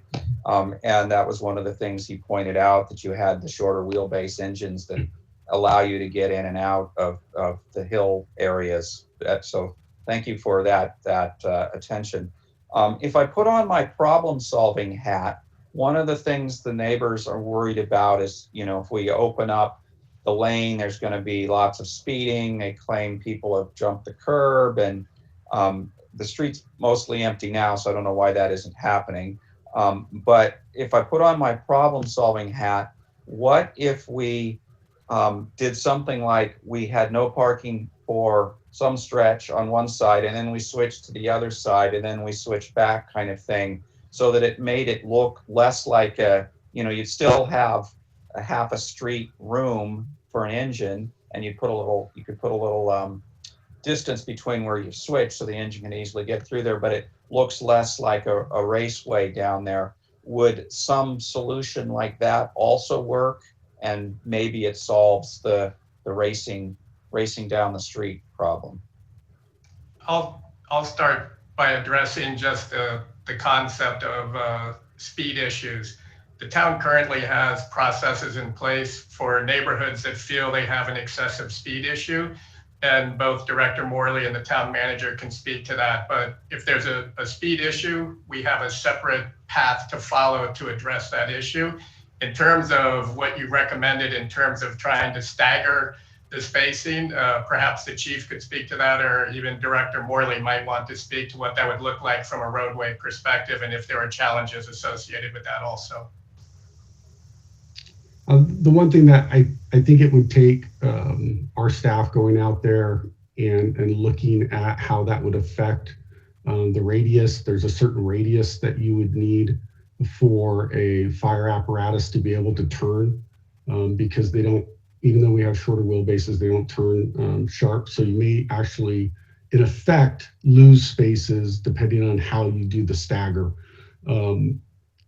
It's something that we are actually talking with the city of Campbell right now as they reconfigure their downtown. And this was a very similar thing of how we move eating areas out. And we really had to go out there and physically measure to make sure that in those swerves, if you will, that we had enough room for the engine to actually make the turn.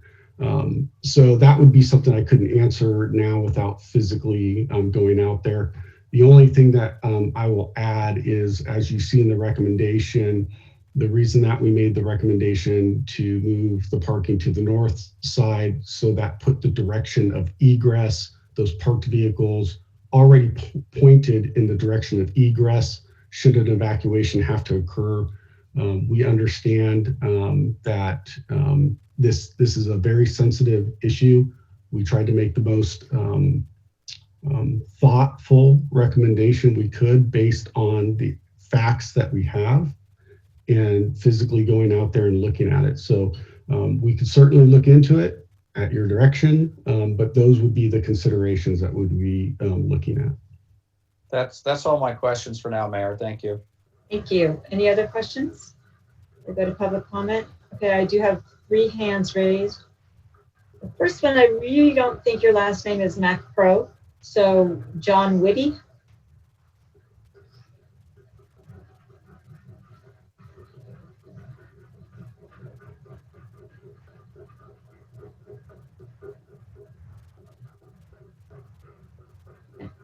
And once you're unmuted, go ahead and start speaking.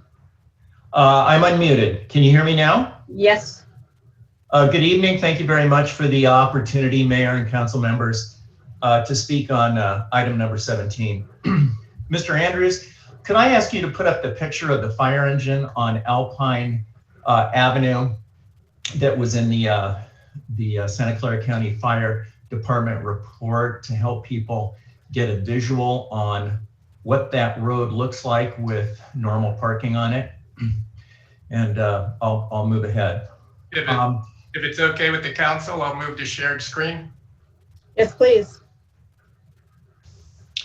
I speak for the 50 folks that have given me their proxy to address the council this evening. Fire is a very important issue for us, and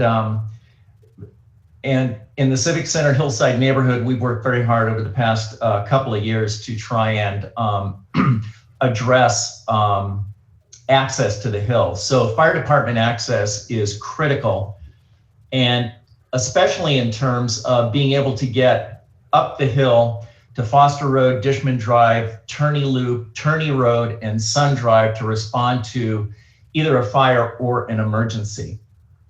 And a house fire, if not quickly responded to, could unfortunately set our hillside on fire. And once that happens, trying to contain a fire like that becomes extremely difficult, particularly given the density of the vegetation that's here on the hill. Quick access up by Alpine Avenue is essential for fire equipment. And as the chief mentioned, you have engines, pumpers, a lot of supporting equipment. I happen to live above the house that was caught in the structure fire about 1.5 years ago. And you ended up with about 20 pieces of equipment on that hill responding to one incident. So it's a difficult environment to work in. While enforcing the existing street clearance code may be, an unwelcome change for Alpine Avenue residents, I think, when you weigh or choose between personal convenience versus public safety, we have to move in the direction of public safety, and particularly given that the residents there have off-site parking. And for Councilman Rennie, I'd point out that on the issue of creating a raceway on Alpine Avenue, there are 3 speed bumps already on that roadway that in my 20 years of living here on Foster Road, I have never observed speeding on that road, although I understand the concern. So what we're asking for is the town to enforce the regulations that are already on the books for acceptable clearance.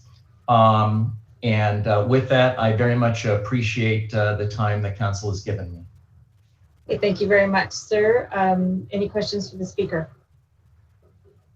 Seeing none, Brent Knudsen.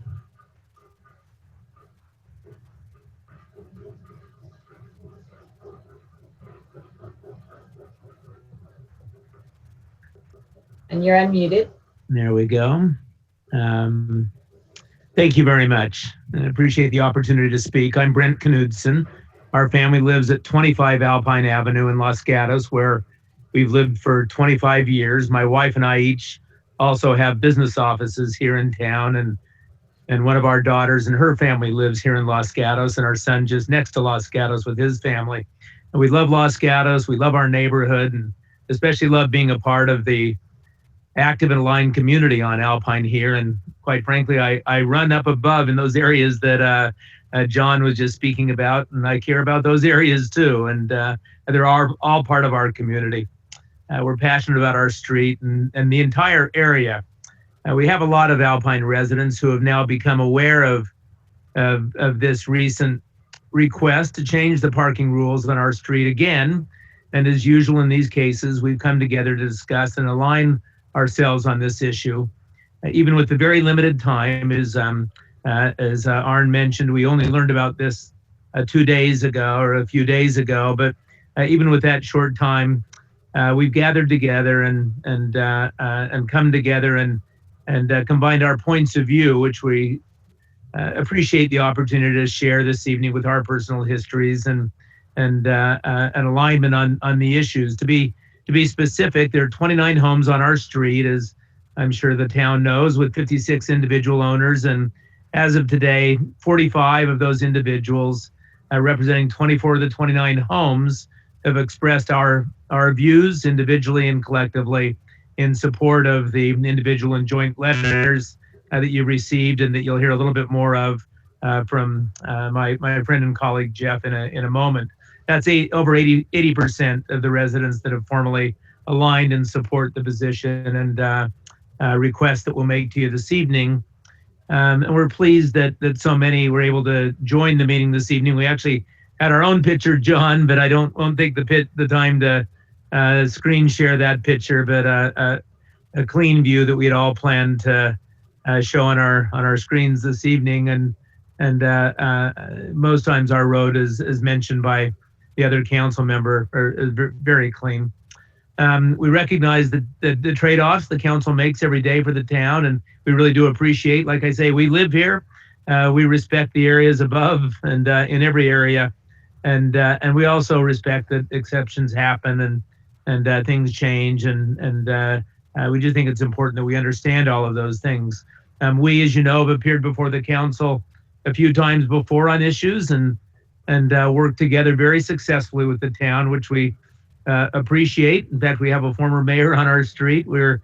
I feel very much a part of this community and working with you as a council, mayor and vice mayor and the rest of you in cooperation to really do the right thing. And we look forward to and want that chance to do it again, working together to come up with the right answer. So in interest of time, my fellow neighbor, Jeff Gallinot, will summarize the neighborhood's position on the proposed changes and our asks, and looking forward to working very closely with you and you too, Chief. We very much appreciate your service to our community and your firemen, many of whom are our friends. And thanks again. So Mr. Knudsen, your time is up. I'm going to ask the council to hold off on questions because the substantive recommendation apparently is going to come from the next speaker, Jeff Gallinot. So Mr. Gallinot.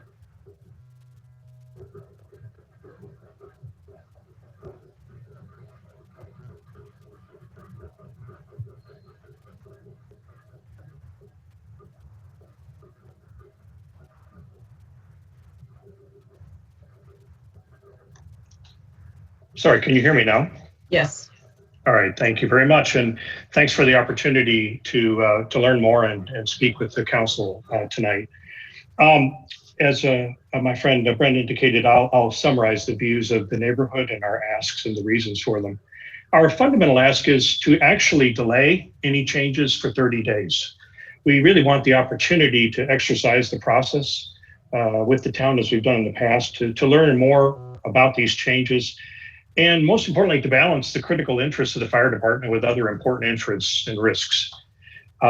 We want to understand those risks and all the alternatives, many of which the council has talked about and started to brainstorm tonight. And we want to co-create the best solution for our town and our residents. We don't need to go through all the long history of Alpine, except probably it's worth noting that, yeah, we have a unique street. We've been successfully working together with the town to help mitigate several speeding and parking issues, and that many large vehicles continue to move successfully up and down the street every day to support our neighbors on Foster and us. And we do understand, and we learned more tonight about the reasons for these changes. And we understand that the town has the obligation to balance risk. We just want the best solution possible.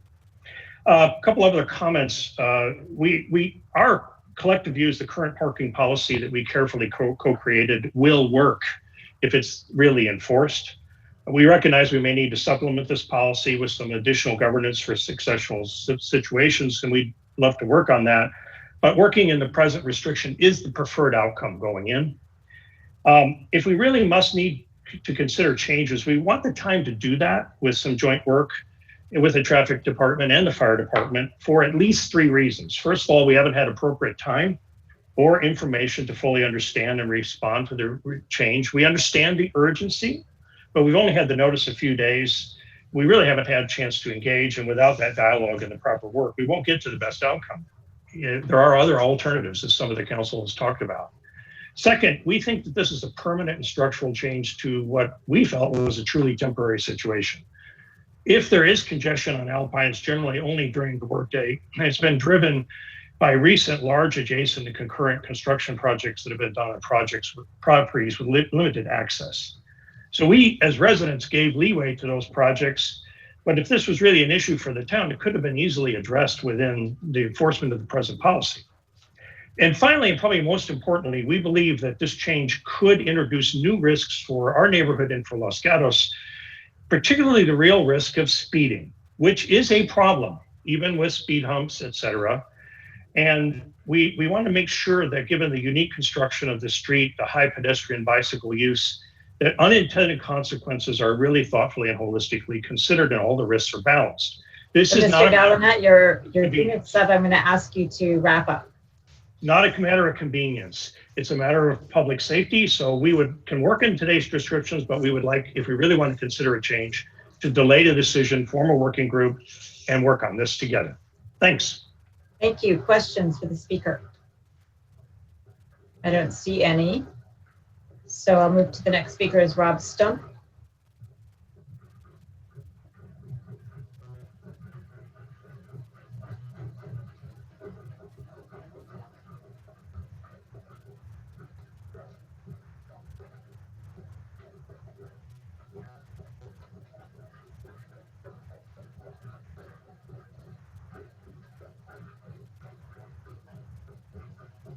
We're just waiting for you to get your mic unmuted. That was an unwelcome message. Did I speak? You go. Yeah, it was an unwelcome message. We didn't hear you till just right now. Got it. So I'm going to just begin. My name is Rob Stump, a resident of Foster Road and a member of the Civic Center Hillside Leadership Team. I've been addressing the council for more than a year on wildfire safety, on a critical public safety issue to ensure evacuation routes are open and available on demand. Alpine Avenue, while not the only substandard width street in the very high fire hazard zone, is the main evacuation route for a significant portion of the Los Gatos Hills. And Mr. Andrews, I will ask you to put up the one photo that was included with the staff package on a parking situation on Alpine. We understand the impacts and inconvenience residents of Alpine will experience due to one-side parking only. We hope you'll understand our concerns about public safety as it relates to wildfire evacuation and other calls for emergency service. The key question is, can a fire truck or ambulance pass through Alpine Avenue at all times, quickly and safely, while accommodating oncoming traffic, which could include people evacuating from wildfire? I want to share a personal story. I shared this with the council back in June, but it's relevant this evening. One fall day, my 90-year-old father collapsed at his home on Foster Road. Fire department and ambulance responded. They loaded up my father with my wife following behind. When the 8-foot-plus wide ambulance turned onto Alpine, it came to a complete stop. My wife immediately thought, what's wrong? Let's go. One more unexpected thing happened. The paramedic attending to my father actually had to get out of the ambulance to direct the driver down Alpine Avenue. And the delay was compounded by cars coming the other direction with no place to go. It took more than 5 minutes for the ambulance to work its way down Alpine Avenue. A Friday morning, lights and a siren could not speed my dad's trip to the hospital on that day. Now I'm illustrating what was one evening. Someone is probably having a social gathering. I happened to be down on the street. I was running. I went back home and got a tape measure. So these are exact measurements. Between that SUV and the car across the street, there was 8 feet 4 inches mirror to mirror. 8 feet 4 inches. The width of a fire truck in most ambulances serving our area today are 8 feet 4 inches wide, not including side mirrors. That's a problem. We know some are going to say we should spend more time and come up with a different solution. We fully support creative solutions, but what we know today is fire trucks and ambulances cannot pass through Alpine Avenue at all times quickly and safely. We're asking the council to support public safety and act now to implement Santa Clara County Fire Department's recommendation. Thank you. Thank you, Mr. Stump. Are there any questions? Okay, seeing none, I am going to get this name incorrect. Peter, R-E-H-O-N.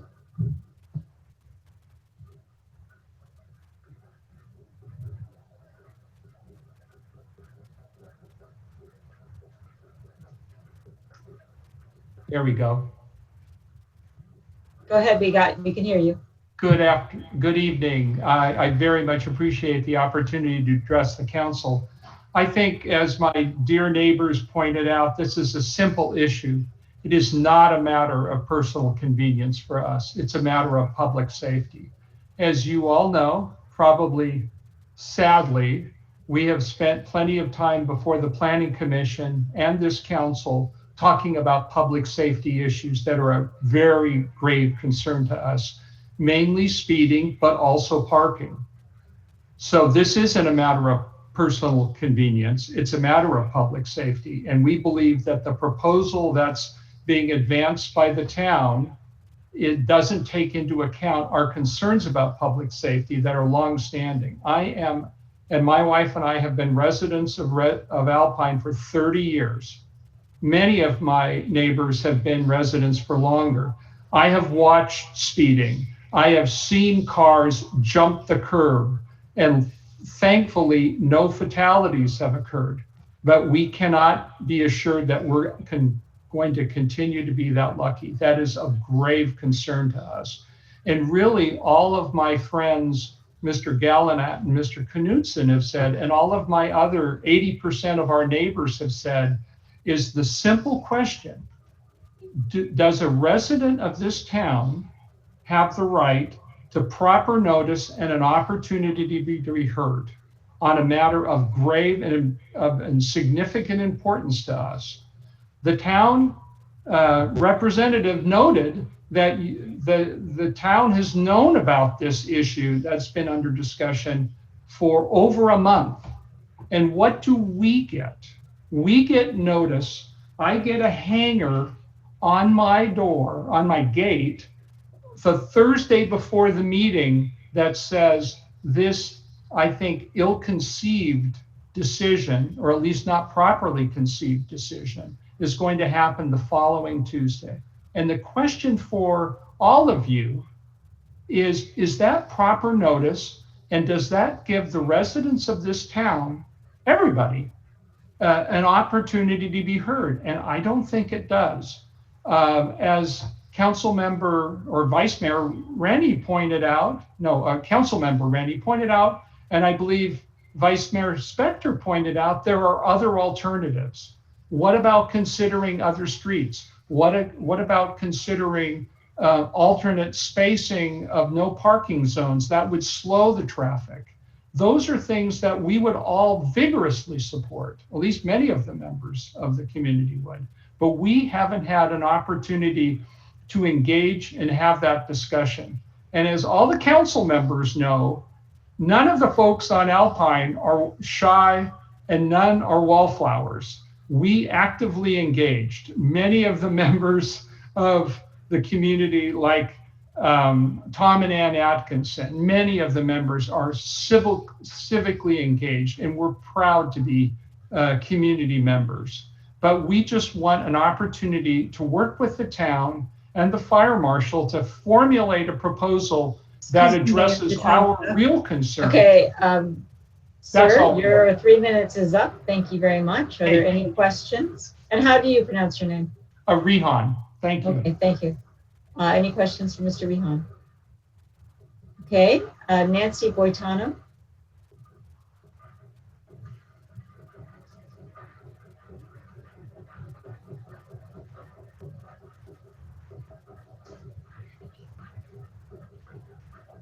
Good evening. You're not Nancy. No, I'm not. I'm Ernie. Okay. Thank you for Ernie noticing. Boitano. The Boitanos have lived on Alpine for 44 years. We've been through 5 different trafficking studies with the town and the fire department. At one point in time, Bob Tholson, fire chief, lived on Alpine. Each time it was determined that Alpine would support fire traffic on a regular basis. During the school siege of Alpine, we had a very narrow street, and we worked hard with the town to get permit parking to open the street so that people could get up and down. We fully understand the fire issues with the hill. We've been here for 3 fires, one at Lexington, and watched the fire department respond. Luckily, there's a fire line that runs all the way up to the McCarthy Ranch property now that wasn't there in 1976 when I moved in. With that said, we fully support the Alpine request to have some time to help find a less caustic solution and a more acceptable solution for everybody. Understanding that it might end up being the original proposal. Thank you. Okay, thank you. Any questions for Mr. Boitano? I don't see any. So Dirk Franklin.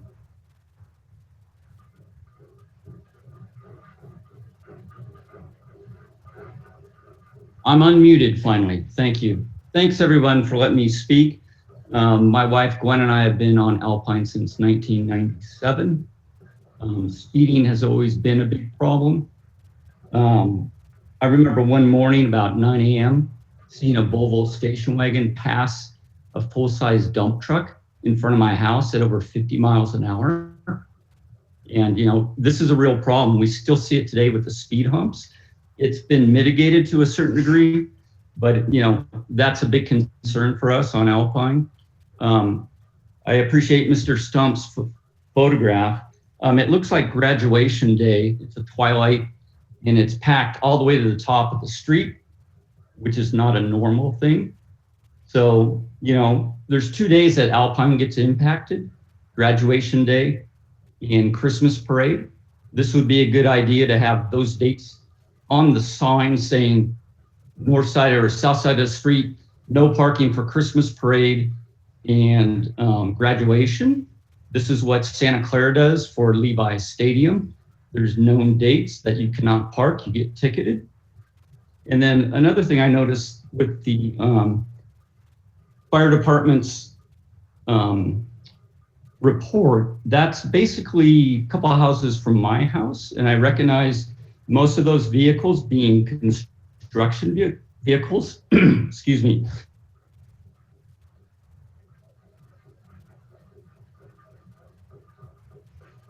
Narrow street, there should be a parking plan and the parking should be enforced.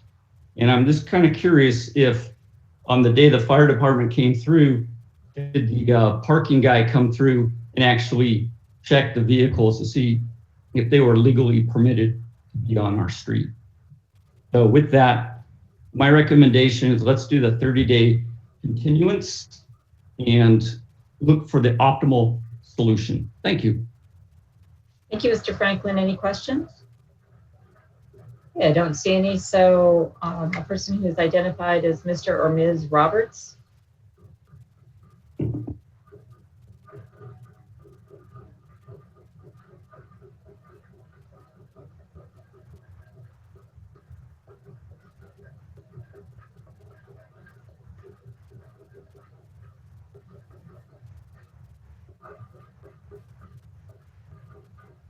Are you ready for me to speak?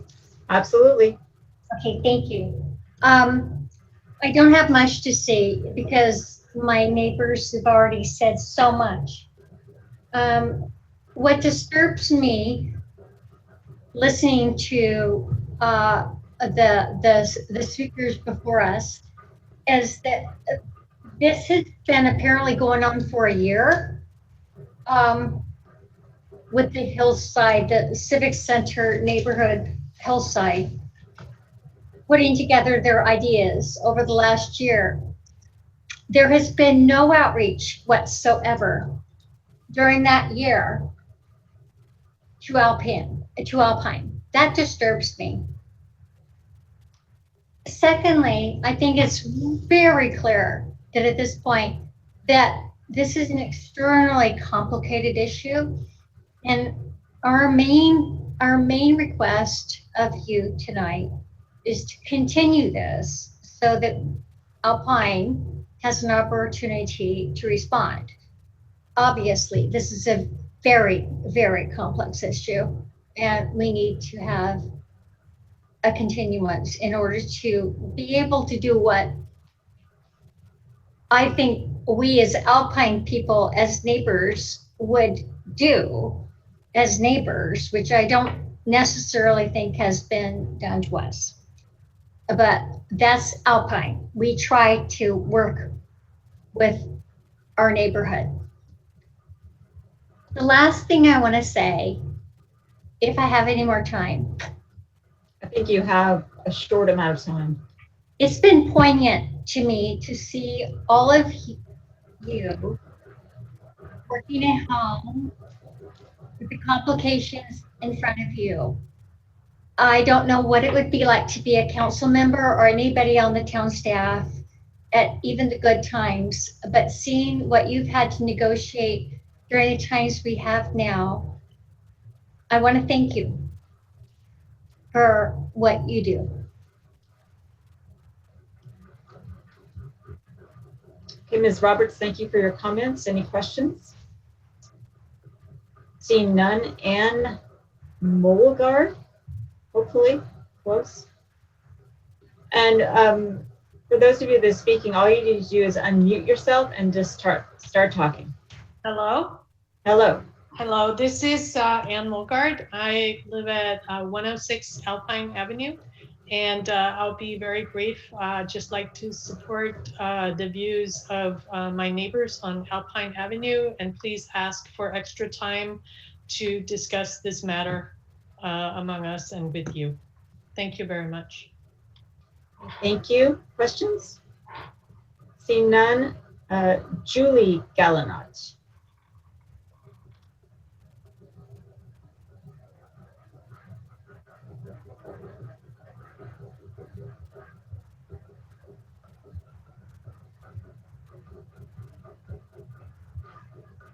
Can you Your hear mic is, yes, your mic is live. Thank you. I want to appreciate the opportunity to speak briefly.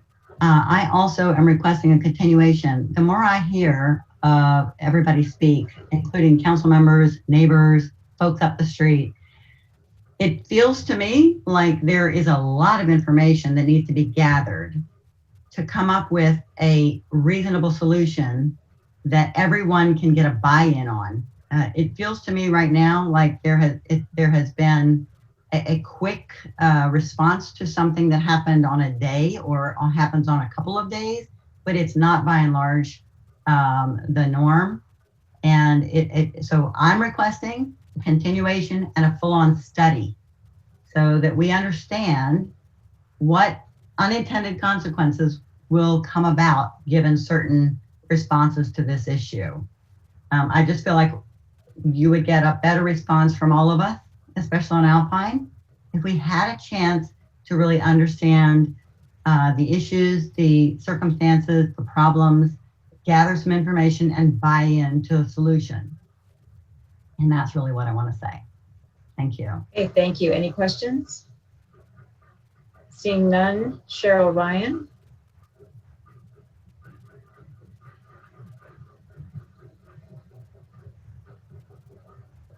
Can you hear me? Yes. Okay, I just wanted to say that we really do understand the concerns of the fire department. We also want the trucks to get to us if we're having an emergency. So first off, I just want to say that. And I do want to also point out that the last couple of years on Alpine have been crazy. We have had some huge construction projects, and it's been hard on us as well. So, but those are wrapping up, and I just really do think that those problems are going away, which should help. But I still do, I'm looking forward to the opportunity to try to work together and find the best solution. Thank you. Thank you. I see one more hand. Anna, I'm sorry, it's got a T in the middle, so I'm not sure if you're Kinson or anyway, Anna.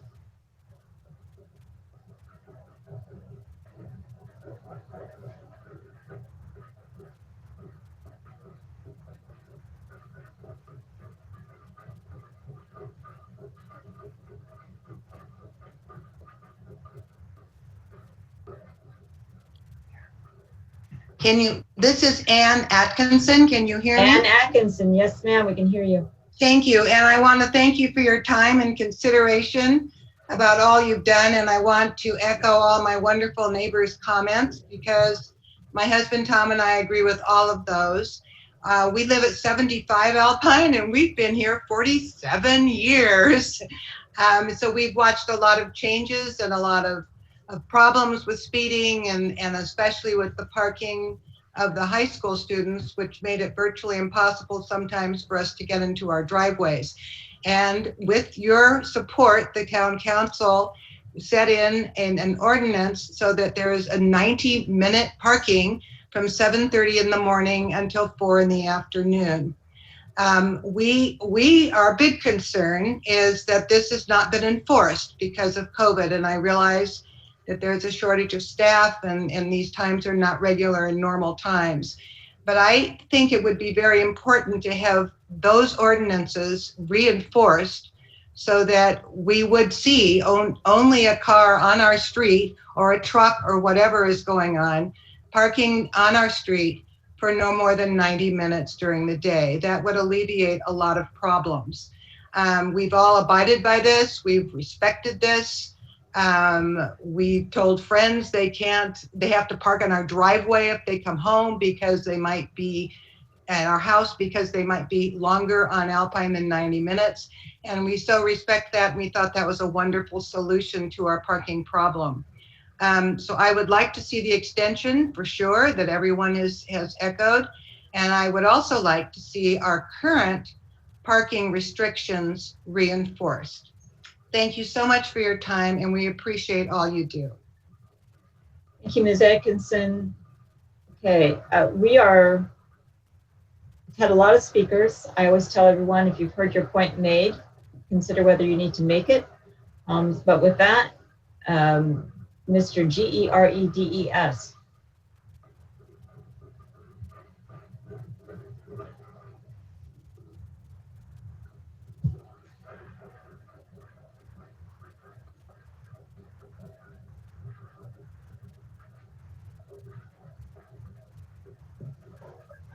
Can you hear me now? Yes, you can. Okay. I live up at the upper end of Alpine at 138 Alpine on the corner of Foster Road and Alpine. I've been here for the last 30-something years. And one of the major problems with having all parking on one side of the street, I used to go to work every day and drive down that street when the students were parking there. And if it gets a lot of cars on that side, on one side of the street, people, I was scared to death that people would get out of their cars to go to school and step in between the two cars, and I could not see them. And so it worried me a lot that I was going to hit somebody. And I foresee that same problem coming up if the fire marshal is correct and we get a lot of cars on there, which I drove up here today in the afternoon and I saw 3 cars. But suppose there are a lot of cars on that street, and they're all parked on one side. It's going to create a very bad safety problem for people trying to cross the street after they get out of their cars to go to their houses.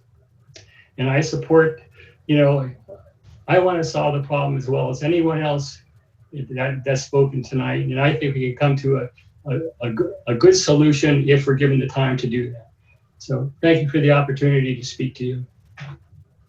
Thank you. Are there any questions for the speaker? Okay, I do not have any more hands up. As I have on every matter, I'll give it a couple of seconds in case anyone decides that they really want to speak.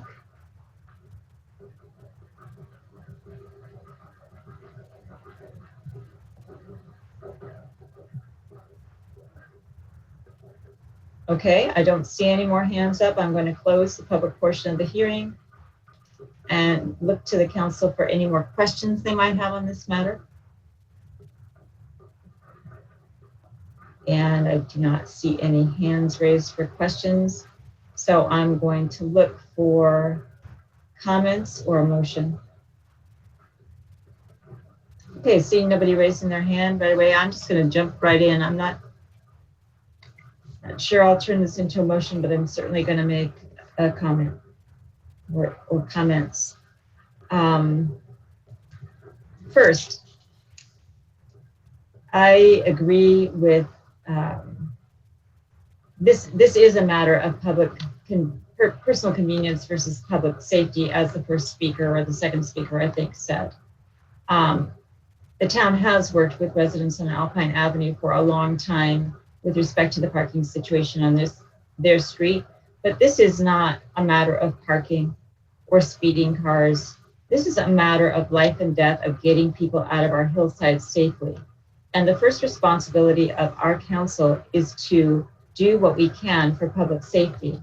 We spent a lot of time early in the year, a lot of time in our budget hearing, and a lot of time in approving an evacuation plan and a wildfire interface plan to make sure that we're prepared in case there is a disaster. And one of the items that continually came up was to make sure that we could get fire truck and vehicle access up into areas that needed it.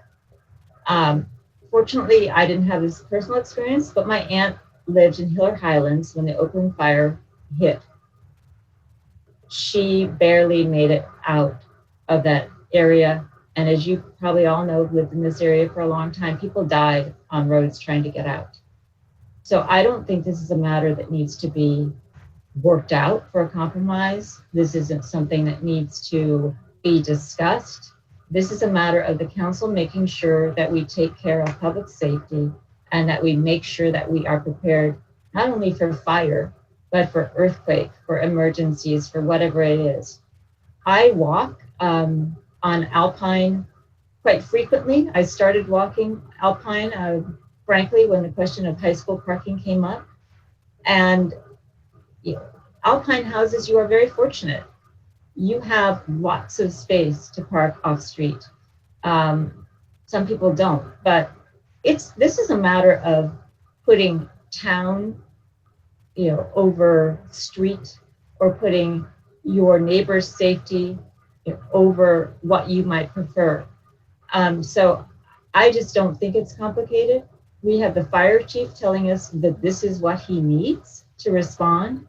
So to me, it's an easy question. So I'll leave my comments at that. Other comments or a motion? Mr. Benny. Thank you, Mayor. I agree that fire safety is extremely important. I'm, continually advocated for that, and I, had actually been pushing Mr. Andrews to look into our egress routes and make sure that they are all good.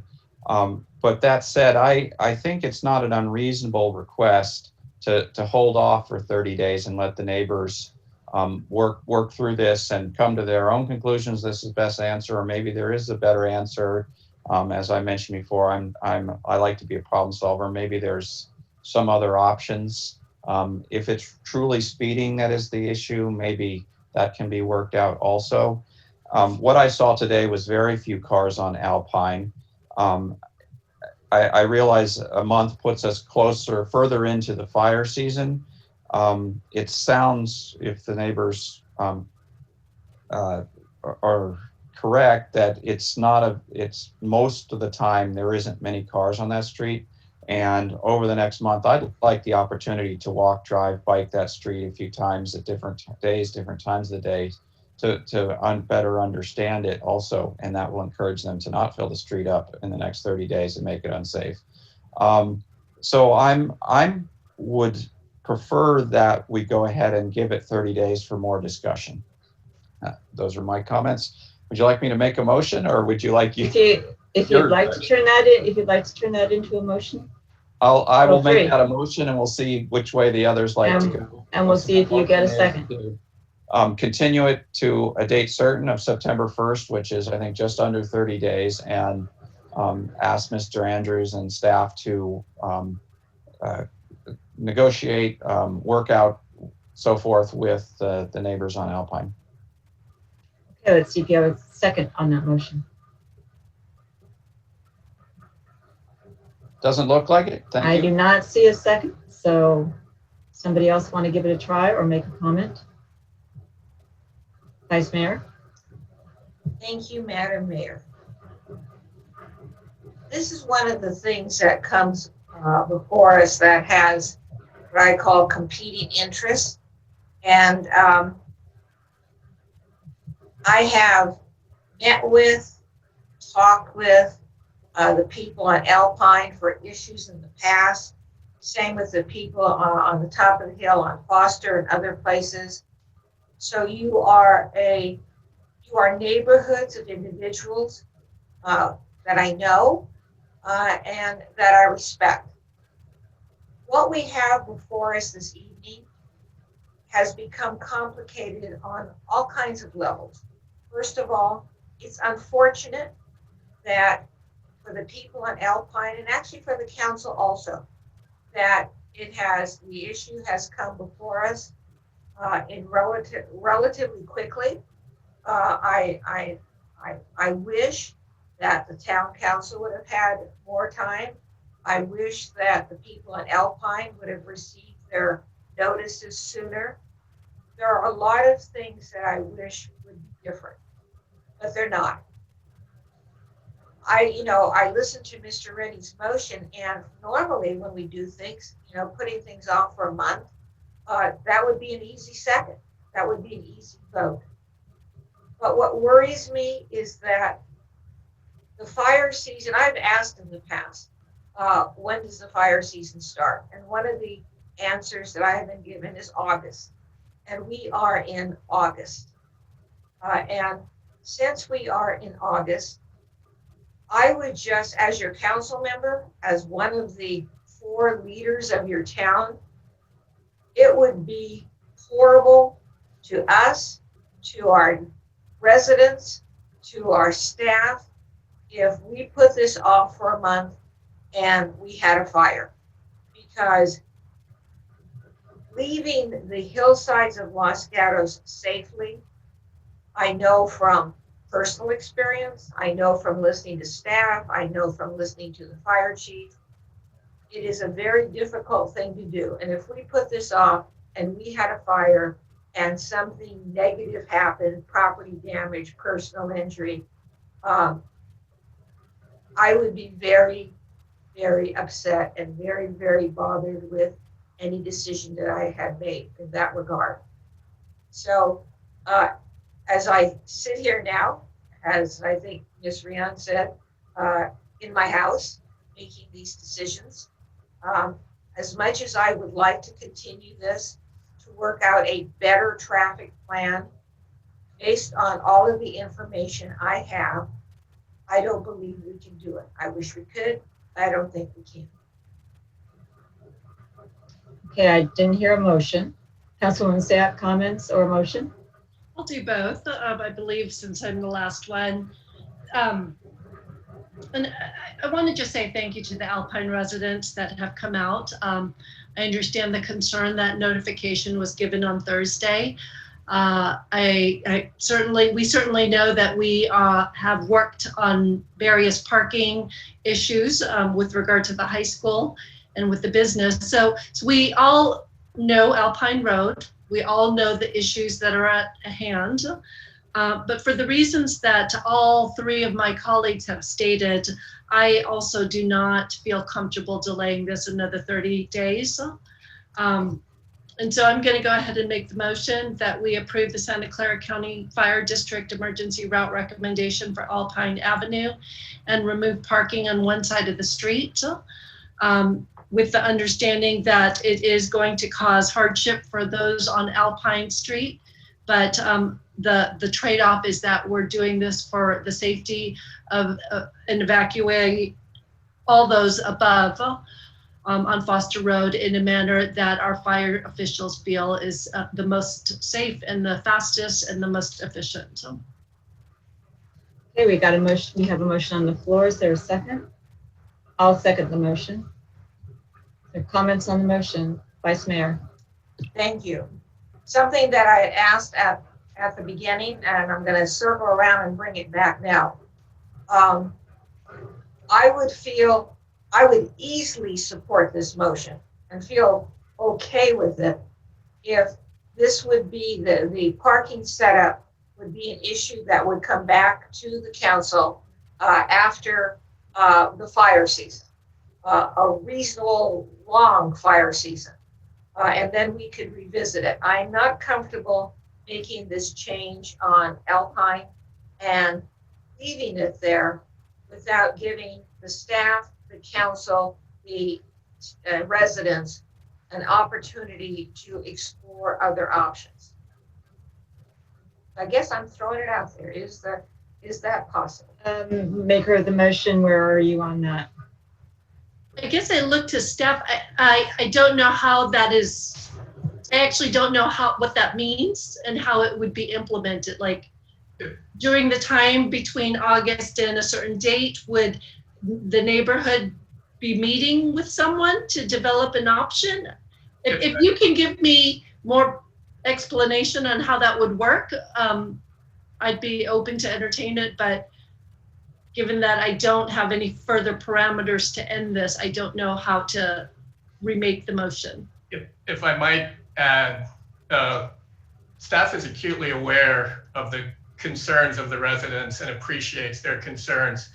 As previously stated, though, we think these are two separate issues. One is the ingress-egress issue, but we can, in the time between now and council meeting in the future, and I would need the town manager's help and Director Morley's help, we can probably do a traffic study to assess if there's anything we can do in terms of speeding mitigation outside of what we've already accomplished.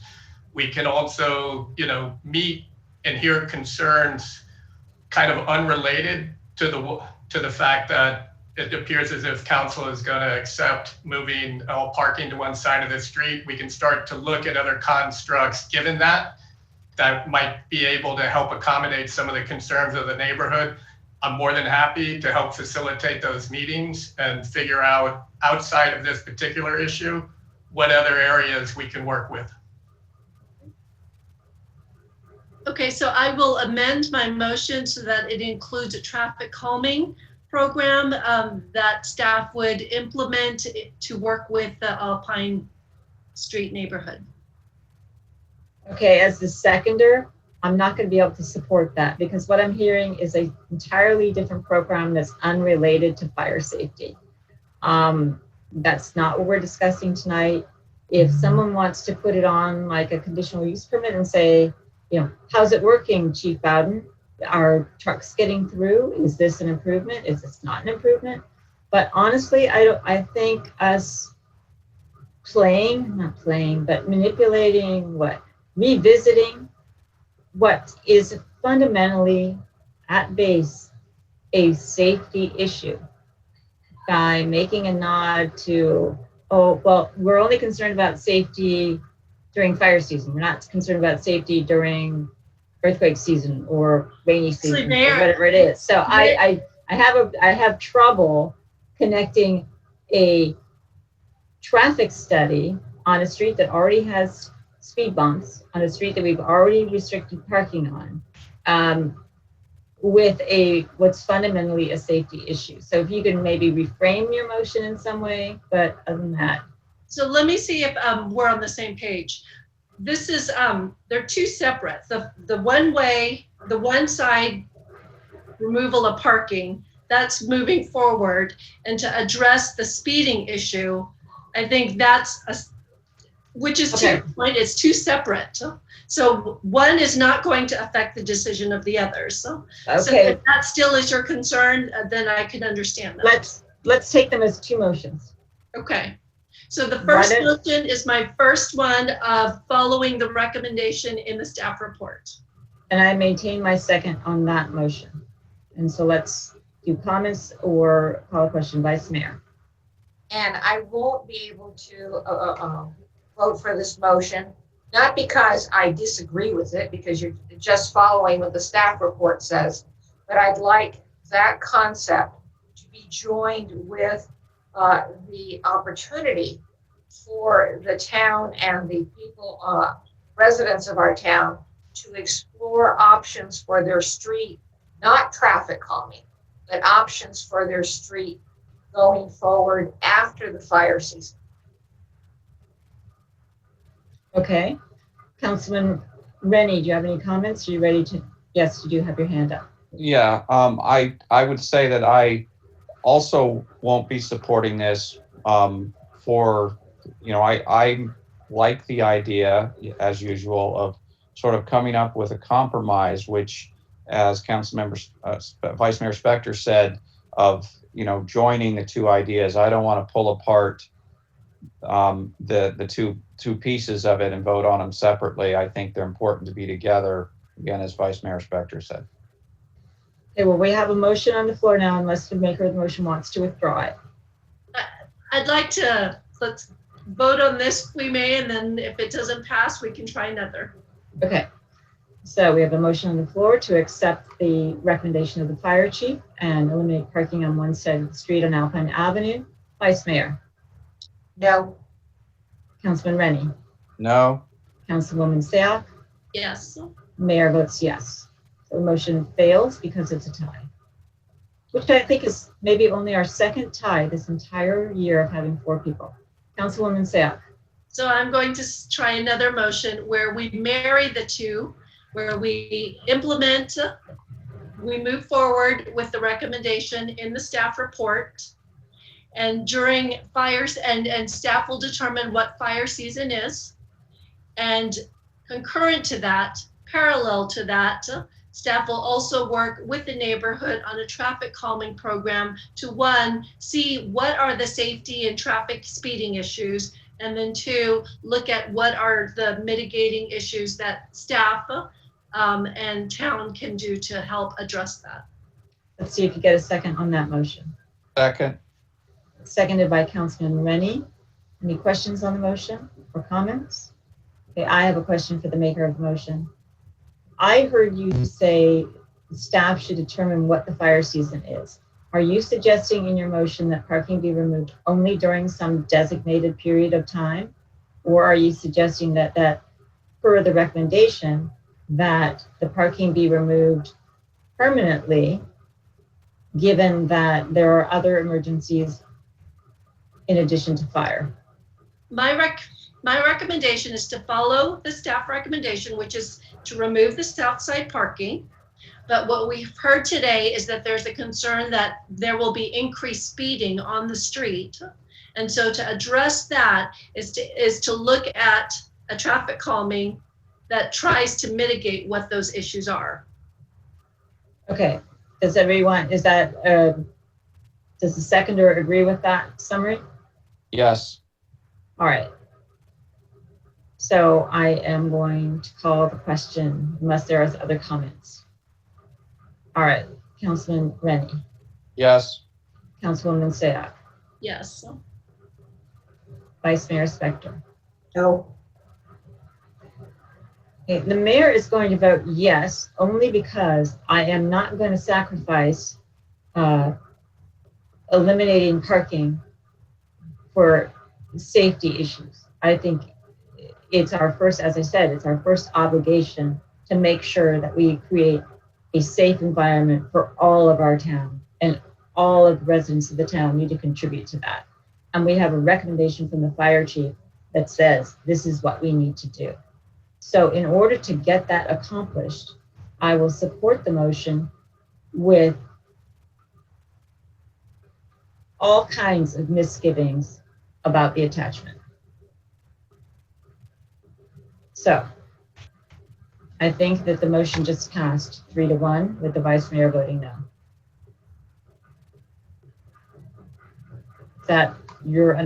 Is that the count, Ms. Neese and Ms. Pervetti? Okay. Yes. All right. Yes.